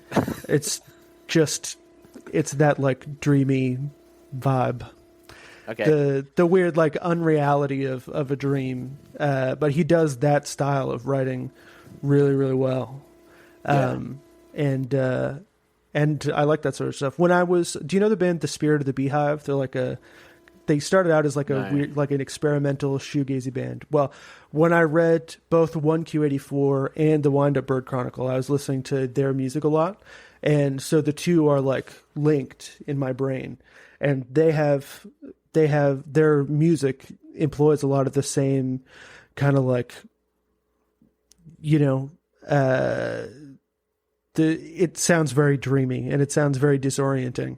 And so it was a great pairing for this book for sure. And so anytime I read this book or think about this book or listen to their first album, then the two they're one thing in my brain, because that's what I was, and now I can't listen to music and read because I'm stupid. But at the time, it was a great experience. All right, I'll have to check them out. Spirit of the Beehive. I can listen to instrumental music while I read, or like something like Dark Throne where I can't understand the lyrics. Like I kind of hate black metal, but I like Dark Throne because in my mind I classify them as an evil rock and roll band because they have sick riffs. Like they actually, a lot of black metal doesn't rock. It's just like an atmosphere or whatever, and like theatrical like shit. But yeah, Dark Throne is sick. Just they're like Venom or whatever. Yeah, like Venom's not black metal. It's evil rock and roll. But anyway, that's a side tangent. I like that. But I can listen to like jazz or like new age kind of music or something when I read, and usually I only do that if like my fiance is like watching Dance Moms on the TV and I need to like block that out. Right. Animals by Pink Floyd was my doing homework music for the last 2 years that I was in college. And yeah, that's probably the only thing that I can just like, lock in. When I was at university, I would just listen to like the worst kind of like indie core. What do you call it? Like the sort of like that electro that's like not like hard electro, or like LCD sound system kind of like indie electro kind of shit. Indie sleaze. Yeah, not quite. Indie-tronica maybe. I think they call it like neo disco or new disco, some of it, but like shit I would never like actually like. It even got so bad that once I bought a Portugal the Man album on iTunes. Wow, those were dark days. Dark days. Yeah. But yeah, like now I just never. I don't mind like LCD sound system, but I sold all their records. I was like, yeah, it's not like a band I'm like think are sick. I'm just like they're fine. Better than. I don't know how you feel about this, but I think they're better than Daft Punk, which is a band I've never been able to understand the appeal of. I like that. I mean, speaking of the weird dream logic, the I hate the phrase dream logic, but I've said it like 20 times in this episode. But something that always used to really freak me out was the music video for Da Funk. Do you know that Daft Punk song? I might have seen the video. I can't. Yeah, it's like. It's a guy with a dog mask on, and he's like got a radio, and the radio is just playing the song "Da Funk" by Daft Punk. But it's like a weird short film where he like runs into a woman that he went to high school with, and like tries to go and hang out with her. But then when he gets to the bus that they're going to take to her house, there's a sign that says "No radios" on it, and so he just doesn't get on. And I realized many years later that it was because he wanted to keep listening to Daft Punk, and that was the whole conceit of the video. But for some reason, when I saw it when I was a kid, I just imagined that the radio was like a part of him and he literally couldn't put it down, that it was like inherent to his being. And so I just imagined this much cooler story for this Daft Punk video. But it really freaked me out when I was a kid, because that idea was very odd to me, in the same way that a lot of stuff that from this book was odd to me. I do like the like half-baked like music video where it's like barely a cohesive sort of story, but just because like there's music in the background, it like works. Like, like because like as a kid, like I didn't have like cable television or anything, so I was always like hearing people who did have cable. They would be like talk about like especially in the nu metal days, like 99, 2000, and they're like talking about like all the Korn and Slipknot and Marilyn Manson video clips, and I just like missed out on all that. I didn't get to watch like the Woodstock 99 on TV or any of that. So I have this like real like kind of just like I felt like I just got so cheated through my teenage years. Like I could only get whatever was like free to air TV. Like sometimes if one of those songs would really break through to like the top like 100, you'd see maybe like some kind of like censored version of the video clip on. We have the show Rage in Australia. It's like on the ABC, and whatever. Like so, like I have like this sort of like people always talk about video clips from songs. I was just like I never saw that one. Like I still have memories of the same like. If you could only see the way she loves me, or like the Basement Jaxx one with the monkeys and stuff. Like I've seen those video clips a million times, but like the songs I actually liked and stuff. I mean, I kind of do like that song I sung first. I have no idea who sings it, but one of those like is like one of those early butt rock kind of bands from like the late 90s or whatever they were called, Fuel or something like that. I don't know. I remember waking up on the couch, and I've been trying to find this music video forever, and I think it was a Mudvayne music video. But I just remember like just waking up from a dead sleep and seeing a Mudvayne music video on the TV and being like, what the, like it really a shock to the system. Yeah, Mudvayne. They were always for me like the poor man's Slipknot or something like that. Like there was all these kind of bands. Like I also never missed the Deftones train. Like it was just like again the internet sucked then, so it was like whatever CDs I had. No one even had the CD burner back then. Like you couldn't even get people. Like the best you could do is borrow their CD and then tape it or something. So so there was all these things like I missed. Now like when people just like there's a lot of nostalgia for Deftones, and it's like, and I listen to it, and I'm like, yeah, it sounds cool, but it's just like the fact that there's one song I recognize from like a skate video or something, but otherwise I'm like, yeah, it just doesn't have the nostalgia factor. Like I couldn't just like listen to Korn or Marilyn Manson if it wasn't for the nostalgia factor. So it's like I listen to Everclear a lot still these days, and it's purely just nostalgia. Like if I didn't listen, which one is Everclear and which one is Everlast? Everclear is the rock band, right? Like Santa Monica. Yeah. Everclear is the like, I am still living with your ghost. Whatever. That's not when even I a was good song 8 by him. When I was 8 years old, then "Wonderful" by Everclear was my favorite song in the world, and I would stand in front of the TV like this whenever it came on. But yeah, Deftones I didn't get. Deftones I didn't get on the first like runaround. I think I was too young for it, and then I was too old when the nostalgia trip hit, or like when the Zoomer girls started getting white pony tattoos. So it never really grabbed me. Slipknot, I like Iowa a lot. I like that record. Yeah. Yeah, that's the like more serious, darker album. And I remember at the time, because they had the second album, the self-titled one everyone had, which I had like a janky burnt copy of it where it like put the songs in the wrong order, and then one song just halfway through it, like I don't know what was going on. It was like a first generation CD burner. But yeah, I remember the Iowa coming out. But before that, there was all these rumors that Slipknot were going to make an R&B album, and they were like at the time we were like, no, this is gonna suck. They can't make R&B. And then like someone's like, here's the new R&B. I remember my friend's brother was like, check out the new R&B Slipknot, and then put like Iowa on it, and it was like, well, this is like, as a 13, 14-year-old kid, I was like, this is basically death metal to me, which like I hadn't acquired the taste for at the time. So I was like, it's kind of like not poppy enough. But then I eventually did come to like it. You know what I mean? When you buy a CD, you just listen to it until you like it. Back in those days, you know. You have no choice. That's one of the things I like about having an old car. I mean, like piece of shit, like 2011 Chevrolet Aveo car, is that I would just buy secondhand CDs on spec, basically just like to see, and then it ended up being how I listened to most of my music for the last 5 years. Yeah, you're muted. Oh, sorry. Yeah, I'm muted. Yeah. I do that. I go to like thrift stores and just buy CDs because they're like 50 cents or whatever, and then that'll like I had just the last George Jones album, Cold Hard Truth. Yeah. That was in my car for ages. So I was like, it was just like, you know, like I can connect it to Bluetooth, but you know, it's just sometimes just like nice to just like let a CD just keep circling, and then you just start the car up and it just starts midway through whatever song you're up to. Yeah.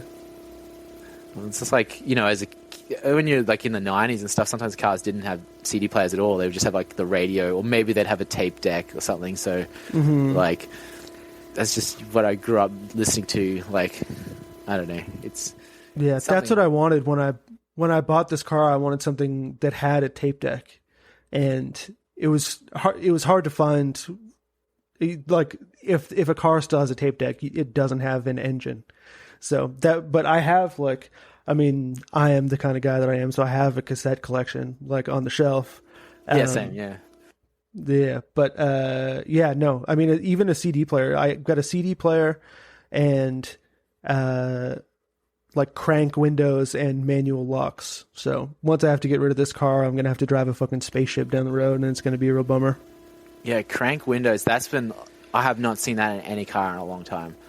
Like, I remember in the 90s, my dad was always like, you don't want electric windows because if you drive off a bridge and you go into the creek or the whatever, then you can't, like, the electric cuts out, you can't wind your window down. It was just like, you know, this scenario that's very unlikely to happen, but that was his reason. Yeah. But then, and I remember I had a car, my car I got when I was like 21, a Nissan Pulsar. It had a thing where, like, the windows just all one by one started dying. Like it was like the driver's side window. So I could just not wind that down. And then the aircon fucked up so where you could only have it on full blast. So if you just wanted kind of like a little bit of aircon or just the window down a bit, you just didn't have that option. Yeah. And then so I eventually like took the motor out of a different door, but then I fucking lost like the brushes pulling it apart because that's way you got to have like tiny little hands to get in there and stuff. And so then I had like two windows that wouldn't wind down, and then like the aircon just stopped working altogether. And then I was like, I'm just getting a new car. Like this is probably could have fixed it if I knew what I was doing, but yeah. No, not worth it. So I guess, anything else to say on this book, on Murakami in general, Japanese literature in general? Have you read any other Japanese authors? I have only. I think his name is Shusaku Endo.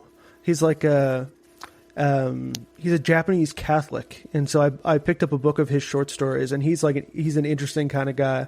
Japanese Catholic, and the Catholics in Japan have not had a very good time, like large scale massacres of Japanese Catholics. So he's got some stories about that. He also got really sick, and I think he had to have a double lung transplant, but before they could really do that kind of thing. And so I think he was in the hospital for 2 years at a time. This is the guy who he ended up writing that, I think it's a Scorsese movie, The Silence, about the monks. He wrote the book that is based off of. So I think that's the only other Japanese author that I really even know. I have a copy of, is it Woman in the Dunes, which I think is also a famous movie. But I have a copy of that on my shelf, I think, but I haven't cracked into it yet. But yeah. I think that. What about you? Are you a big? Kobo Abe is who wrote that one. So I've got a copy of that on my shelf. But haven't cracked it. I'm fairly, I feel like I've read more books than the average cat, but it's a lot of I've read a bunch of the Cormac McCarthy books, or Thomas Pynchon, Don DeLillo, the regular guy books is what I've read. I haven't really gotten too far into the hoe-scaring literature. I've read a bunch of Kurt Vonnegut. My Struggle or whatever, Knausgard's on your shelf. No, I've only read one Welbeck book. I'm just a normal guy. Which Welbeck have you read? Elementary Particles, or Atomized. Yeah. That's my least I read that favorite of his, but a lot of people like that one. I thought it was fine. Yeah, I don't know. I think too depressing, I think. Yeah, I don't really have a head for pessimism. So I don't know if all of Welbeck's books are like that, but I feel like he's got a fairly antagonistic outlook. At least it's definitely from a bleak assessment of the state of the West. But we just did Platform on Rare Candy. I don't think the episode's out yet, but that one's the most fun, I think. It has it's a bummer kind of ending or whatever, they all do. They never really end super in a happy sense, or if they do, it's like Lovecraft, where it's well, he didn't go completely insane. He still was able to hold a job or something at the end. That's kind of the best you can hope. But the journey through and his, he's a pervert obviously too, and I think there's video evidence of that on the internet. Yeah, well, he's in legal battle with the art collective or whatever that he agreed to film it with. So I don't know if you can easily watch it. Maybe there's a copy somewhere. I'm not really interested in watching that. He's a disgusting person. Yeah. But yeah, Welbeck is one that everybody who I like and respect is a huge fan of his. And so it's something I want to go back to the Welbeck for that one, but yeah, for whatever reason, it just didn't hit me. I mean, that one's pretty.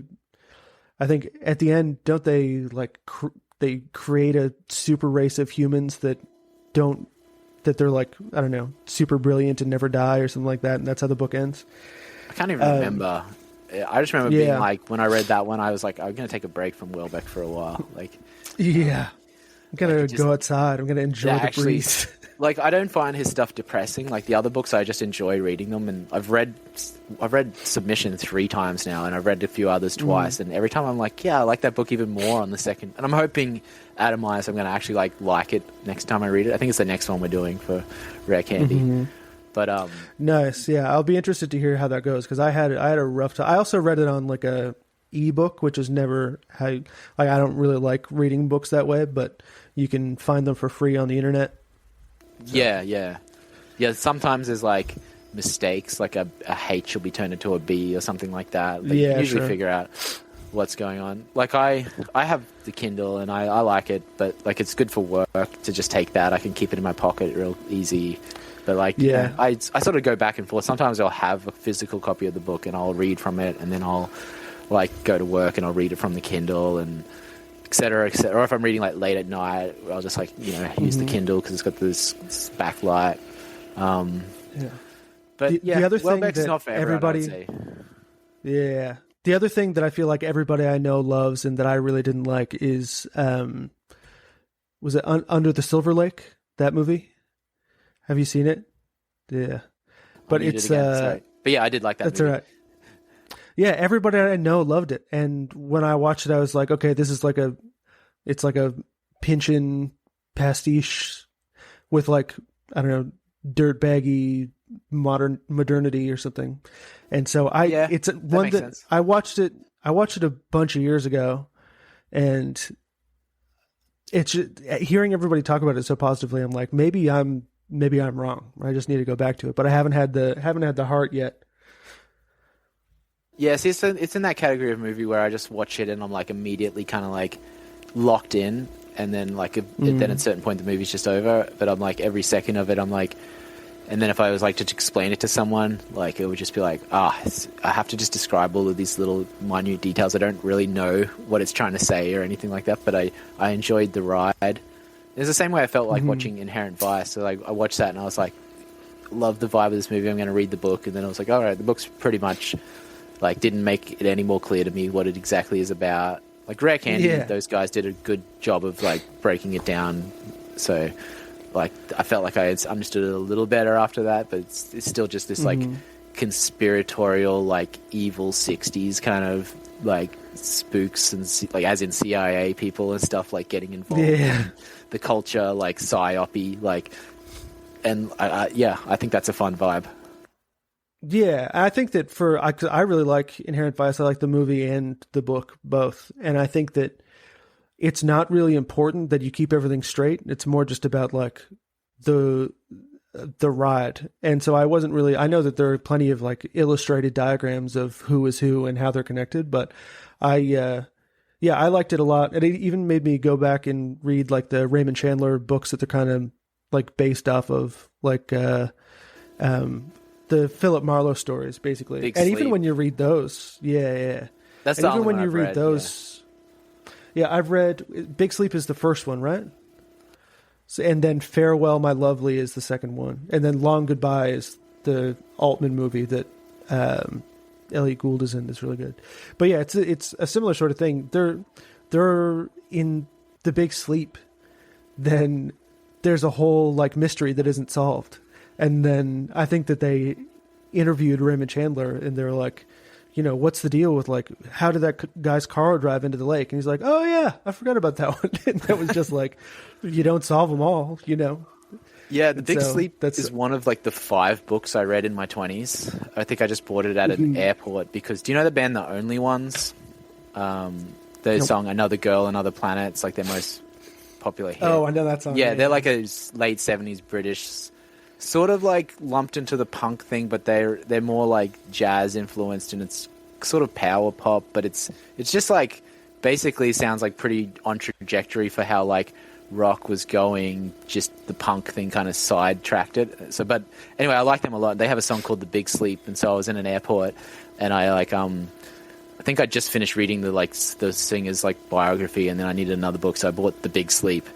And then I think I read most of it like drinking gins on a plane. And so it has this real dream-like kind of like quality to me. And I have like some of the scenes like quite vivid in my head. And then not long after that game LA Noire came out, and I really got into that. And I was like, it's just like the same vibe. And that's when I realized like, I like noir. I thought that, you always see that like made fun of in like cartoons and shit. And I just thought like, it's like some old hokey shit. But I was like, actually, it's kind of sick. But I thought in The Big Sleep they did solve the crime. Wasn't it like it was the daughter? The main crime, yes. Yeah. But there are like tendrils that go off of the main crime. One of which is like a guy is found in like a car that's sunk into the lake or something, or it's sunk into the harbor. And you never find out why or like what relation it has to the rest of the case. It's like he's like vaguely connected to some of the other stuff going on, but you never find out if it's connected to the overall, like the overarching plot or who was responsible. And if that was intentional, it's awesome, because I think that it really adds to the whole like mystery of the entire thing. And if it was by accident, then that's really funny that he forgot to tie that one in. Yeah, I'm sure there's heaps of things like that where people are just like, "Whoa, this guy is a genius." Like, I don't know if you've done acid before, right? No, I've done mushrooms, but not acid. Similar thing. But you know when you're like listening to a song or something like that, and you're just like, "This is like hitting all of these like things and making my brain expand and have all these visions," and you're like imagining that the guy who wrote the song knew exactly what effect it would have on you right now, and you're like thinking like this guy's like, how did he must be like a fucking like, you know, complete genius. And then you realize like later you're like, no, he just wrote a song, he like whatever, however he did that, and like you just like your mind. So there must be so many things in books where it's just like the author just forgot to tie something up or just let something in there, and people are just like, this guy is a genius. And then you see the interview. Like, I don't watch a lot of interviews about books and media because sometimes it is just disappointing when the guy's like, yeah, I don't know, or whatever, like, or if he's just like, no, that is wrong, it's actually completely, and then they go off on something, you're like, that's not what your book's about. Like, yeah, it was actually I did a bunch of mushrooms 2 summers ago, and I did too much. I lost my mind for like 12 hours. And so while I had a friend over. A friend was staying with me for 3 weeks that summer, and I was unemployed. And so I just got really stressed out about having to host someone at my house. And so I had to like lay down, and they were just playing music on my TV, like just on YouTube or whatever. And I remember being like, oh my God, like the music that they chose is perfect for exactly how I feel right now. Like, I can't believe it. And then I kind of like came out of the mushroom wave a little bit and realized it was just regular music. And I was just like, oh, okay. Yeah. It's crazy that all those psychedelic musicians really did well at approximating the sound of a mushroom trip. But yeah, it was, that does happen. Yeah. Is there, I've got a question for you, because I think that you're significantly more well-read than me, but is there another book that you can think of that really approximates that kind of like dreamy atmosphere in a similar way that this one does? 'Cause I feel like this one is really effective at portraying that kind of like unreality or like half reality of a dream. It's a good question. It's not a lot of dreamy kind of stuff that I've read other than like the other Murakami book, and yeah, like again, William Burroughs' The Cities of the Red Night. That's pretty trippy, but it's not so much dreamy. It's more like just like it's like there's this detective trying to solve this crime of this kid whose head got cut off, and he does like sex magic to like go into different dimensions and follow. That's more sharply paranoid, and like I can imagine a lot of people, and you will not get like really answers on like the plot sort of is annoying in the way where he doesn't really like follow. You want him to sort of stay on these sort of paths, and he just goes off in crazier and crazier. And then I read it, and then I had to like, no, I listened to the audiobook, and then I bought the book and reread it because I was like, I must have missed something. And then I was like, no, I didn't miss anything. Yeah. Let me think. Yeah. As far as dreamy kind of stuff, to be honest, not really that I can think of. Nothing's coming to mind. I'm sure as soon as I'm done recording here, I'll come up with the perfect answer that I could have given you. I wonder how much of that feeling being expressed in writing or in music is like, I wonder how much of it existed before people like found out about psychedelics, you know, because like I wonder if Murakami has dabbled, and that's why he's so good at writing that imagery. I know that like the band that like the Spirit of the Beehive, which is what I was listening to when I read this book, they've got that whole kind of like woozy dream vibe, even with their lyrics like kind of half making sense in the same sort of like intuitive instead of like explicitly described way. And I was always really impressed by that. I really wanted to be able to do it with my own music. And then I read the liner notes on the album, and it specifically thanks a friend of the band for all of the acid. And I was like, oh, okay, well they cheated a little bit. Yeah. Well, it's like some people can sort of channel that good. I remember when I tried to make music on acid, I was always like had this feeling like, yeah, the music will just flow out of me so much more naturally high on acid, and then it's just the worst music I've ever made. You know what I mean? Because I'm like, I'm not a good musician. Like that would help, I think, if I was naturally a good musician or something. But like, it was just like me just pressing on a bunch of pedals and like just bullshit. You know what I mean? Just like complete like, and because I'm tripping too hard, like I couldn't even play nearly as good as I could like when I was just so sober. And it sounded awful, and so I was like, this is creating bad vibes. I'm just going to put the guitar down. Yeah, I think when you're sober, trying to emulate the feeling of being fucked up is probably more effective than just being fucked up and trying to make music. When I was a teenager, I was a concert promoter, which meant that I would give bands $100 to come play at the local youth center run by the church. And I remember we booked this like weird like noise pop act, and then he said he was on tour with another guy, and so brought him along. They both hitchhiked to the show from an hour away, and then when they got there, they decided that they were going to play a joint set, having never like played together. They just like knew each other from around, and so it was an hour and a half of two guys on heroin making music in front of a group of children. Yeah, and it was, I've seen those bands before. Yeah, it was. So yeah, I think maybe trying to get back there when you're off the drunk is much more impactful than just like nodding out in front of a synthesizer, just singing a Nine Inch Nails song over a noise wall. I see. The DIY music scene here. Like I've seen so many awful bands, and I've been part of that shit. I remember one gig we were playing, and then it was just kind of like a power poppy rock and roll like. Band, and the main guitarist singer guy would just occasionally have these like, he would just, no, I'm not leaving the house today, just no. And we're like, we're playing a show, and he's like, nah, can't leave the house, just not leaving. And then so I think we were just like drunk and took Valiums and stuff like that, and then they're like, well, let's just do like a noise set. And then like I was like, and it was just no rehearsal, we had no plan or anything, so we're all just playing different things. And then at some point it was like it was like the guitarist and the drummer started just like two dudes just making out while I played like Metallica's Seek and Destroy riff over the top of them. That was probably the best part of it. Like the rest of it was just like three people just playing different things that didn't work. But in that sort of scene, you could be like, that's it. You know, we're just challenging what do you want to hear? Like a nice melody that sounds good to your ears? Like, you fucking idiot. Like, what do you want to hear? Music? You fucking freak. Yeah. And then there was a band later that I'm like, they sound just as bad as we did. Like, I had no delusion that what we did was like good, and you can see people like walk away from it and shit. But some people are like curious about that. Like there's definitely times I've seen things that I'm like, everyone else is like, that was awful. I was like, you know what? I kind of liked it, what they did. And then you buy their record and you're like, they don't sound like that at all on the record. This record sucks. No, yeah. Now I have like no tolerance really for any of that stuff. I like experimental music, but I want the experiment to be a success, you know? Yeah, totally. Like if you've been making experimental music for 10 years, then, you know, what are you really experimenting? Yeah. You've got the formula.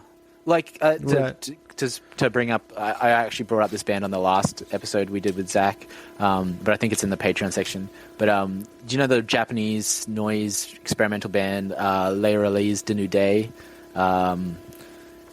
They're like started in like the late 60s. There was a band before that called like the Flower Traveling Band that they were part of, and they're kind of like communist hippies from Japan, but they make like experimental sort of, you know, I don't know how to describe it, but they're like when they're good, they're quite good. Like, and all of their recordings are all like demos or live recordings. They don't really have like a studio album, so to speak. Some of them, there's some compilations of theirs that are not that good, but the ones that are good are really good. So yeah, they know how to like to experiment and like, you know, they perform, they succeed in the experiment. And, you know, like there's interesting stories, like the bass player was part of this like hijacking of a flight, and they were like, take us to Cuba, like the Red Army faction, like these communists, they like take us to Cuba, and they're like, this plane doesn't have enough fuel to get to Cuba, and they're like, all right, take us to North Korea then. And then I think the guy, if he's not dead, I think maybe he died, but he just lived in North Korea for the rest of his life. Like the bass player from Les Release du New Day. It's like a French word. Like I don't know what Japanese people, like comme des garçons, they like using French names for things. So, but yeah, I think you'd probably dig him if you check it out. I was in an improv band for a very short amount of time, where like we didn't write any songs, we just played, but we're all good at it. And it wasn't like jazz; it was like there's this band Colossamite, where they're like a noisy post-hardcore band, but it's like half improvised. And so we did that, and it was some of the most fun that I've ever had playing music, because we weren't just like making a racket, but there was also no like form or pre-agreed upon structure to anything. We were just like, all right, let's go. So we did, and it was really, really cool. But yeah, I mean, that was in, I think, February 2020, so it kind of fell apart shortly after. Damn, yeah. Well, yeah, I guess seeing as there's only a minute until 2 hours is up, and I'm not sure what happens after 2 hours, because I think that's all I get on the free version of this program. Okay. So we'll plug your stuff anyway. So you have a musical outfit called Heavy Body. I'll put a link to your Bandcamp in the notes. You were of the Nice podcast, but that's now defunct. We did an episode a year or two ago on the Country Teasers. I think you can still find that online though, or podcast. So people should listen to that. Yeah, somewhere. Anything else you want to plug? No, Heavy Body. I just put out an album this year that was all cover songs, because that's right, you did the Alanis Morissette cover.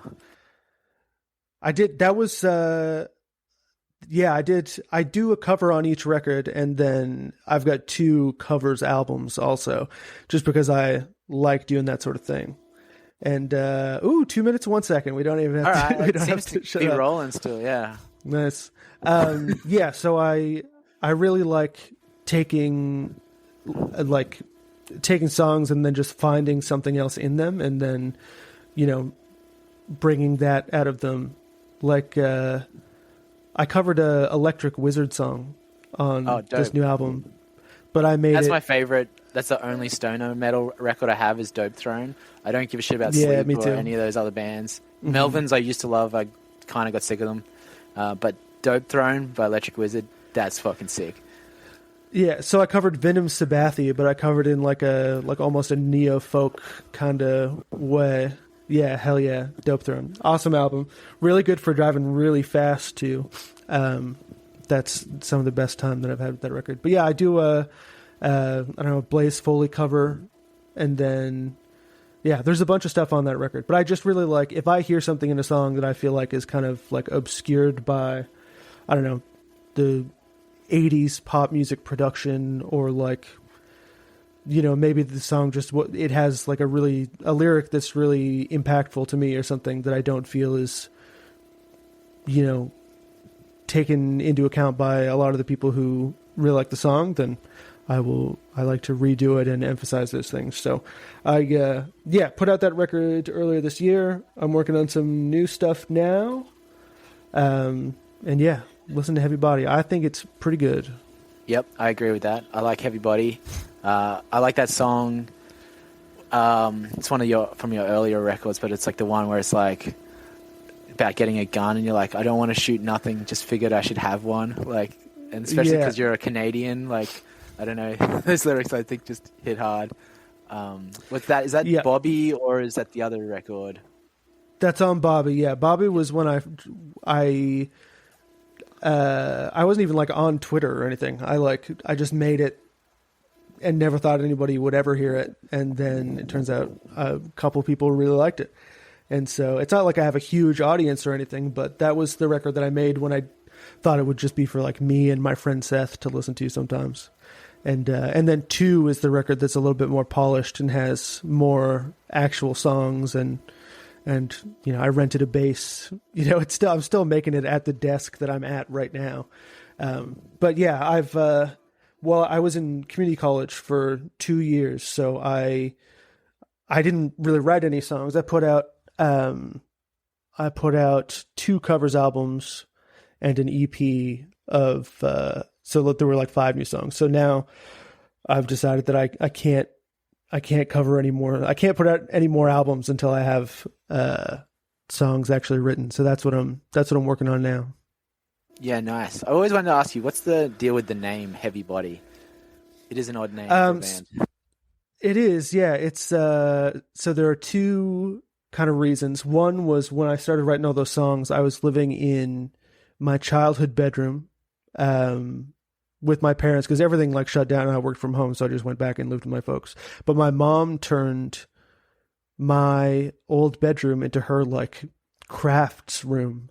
And so I was sleeping in there, and there were tubes of acrylic paint on the wall, and Heavy Body is just like a type of paint. And I like those 2 words together. And then also there's I don't know if you ever listened to Hop Along, but they've got a song called Laments of a Mattress, and it's basically like talking about a divorce, but it's like from the point of view of the bed, which sounds corny, but it's really good. And the song starts off with green striped sheets lifted from me, now I am free of 2 very heavy bodies. And I don't know, for whatever reason, I just really liked that sequence of words. So it doesn't really mean anything, except, feeling vaguely cumbersome. And I have those 2 like memories tied to it. And it's as good a band name as any, I think. Yeah, things just need names. Like, you don't need to think. I always, because I when I hear that, I think of like, as opposed to like subtle body. Like, I don't know if you've ever encountered that term, like the subtle body. It's sort of like within like esoteric magical stuff, like, Rudolf Steiner or whatever. Like, you'll have like, depend on which system, but yeah, there's like the subtle body, which is kind of like something like a sort of a ethereal sort of body, sort of part of you. You have your physical being, but then there's like it's been puts in touch with like the subtle forces and things like that. So, and that's the good thing about like that name is like any name where you can sort of project something like really deep onto it, and then you're like, no, it's just tube of paint. Like, well, the tube of paint was where I got the phrase, and then I remembered the Hop Along song, and then I just kind of thought about all the things that can be kind of connected to that phrase, and yeah, definitely just the idea of something being like unwieldy or something like that. I could identify with that to a certain degree, but yeah, I think it's much better. I think it's an all right name. It's not the Callous Dowboys or like there was this band. I think that they were from like North Carolina or something. They were called Elton John Cena, the one that does the Sheryl Crow cover. I can't remember what they're called. Michael Sarah Palin. The fucking worst. Yeah, those names are awful. I hate one thing I think I've even had this conversation with you before, but if a band has like a curse word in the name, I will just avoid listening to them. Like that band Fucked Up, I've never listened to. I think you were talking about like Tropical Fuckstorm, and I was like, I couldn't get past the name to listen to them. That was what put me off them. They've got a couple really good songs though. Tropical Fuckstorm. You Let My Tires Down is really good. And they're Australian, which I know. Yeah, aren't they like they were in that band like what are they called? There was like a prequel kind of band some of them are from. Yes, there was. That guy is like fairly famous, I think, in like Australian music. Gareth, yeah, he was from The Drones. The Drones, that's it. I was going to say the Hives, but I'm like, no, they're Swedish, I think. No, Swedish. Yeah. No, The Drones. Yeah. I remember The Drones. Mm-hmm. Yeah, that was like the 2000s, like Australian, like rock and roll revival, like Jet and Powderfinger. I hated Jet, but like, they probably, if I heard a Jet song on the radio now, I'd be like, yeah, it's all right. Whatever. Cold Hard. Bitch. Comparatively, I guess. Yeah.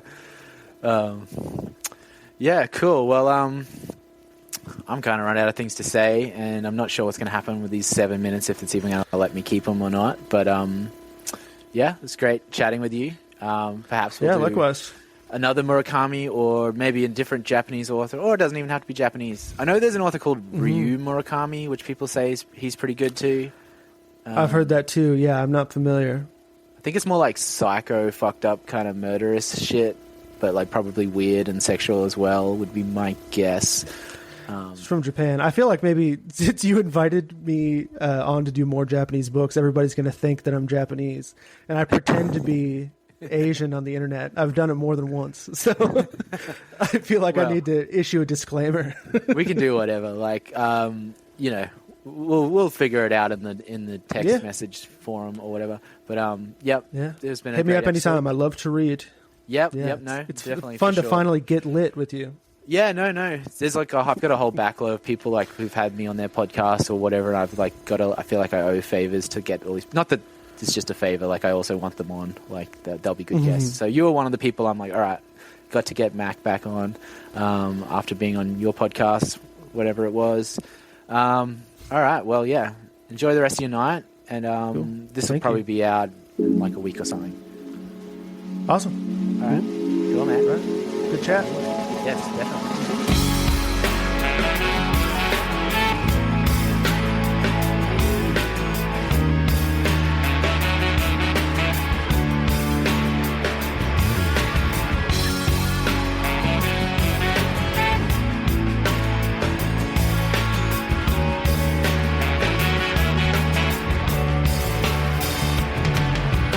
愛してたと嘆くにはあまりにも時は過ぎてしまったまだ心のほころびを癒せぬまま風が吹いてる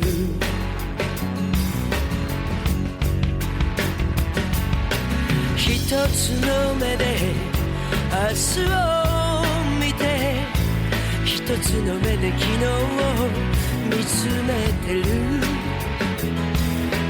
君の愛のゆりかごでもう一度安らかに眠れたら乾いた瞳で誰か泣いてくれ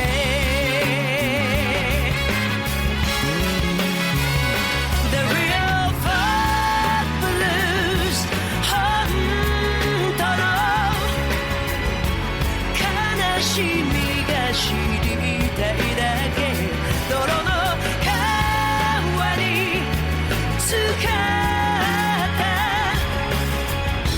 人生も悪くはない一度きりで終わるなら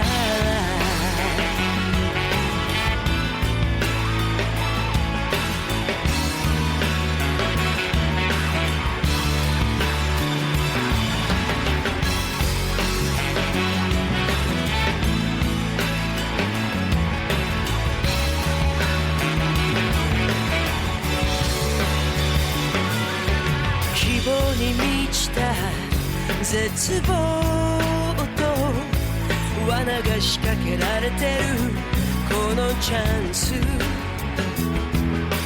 何が良くて悪いのかコインの表と裏みたいだ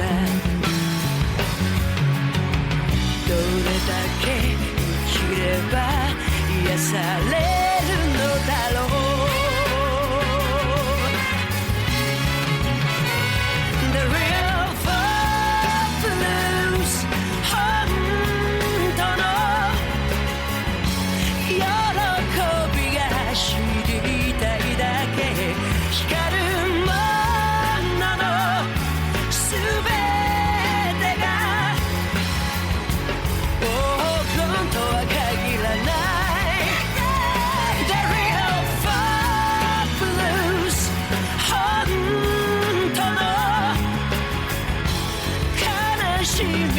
知りたいだけ泥の川に浸かった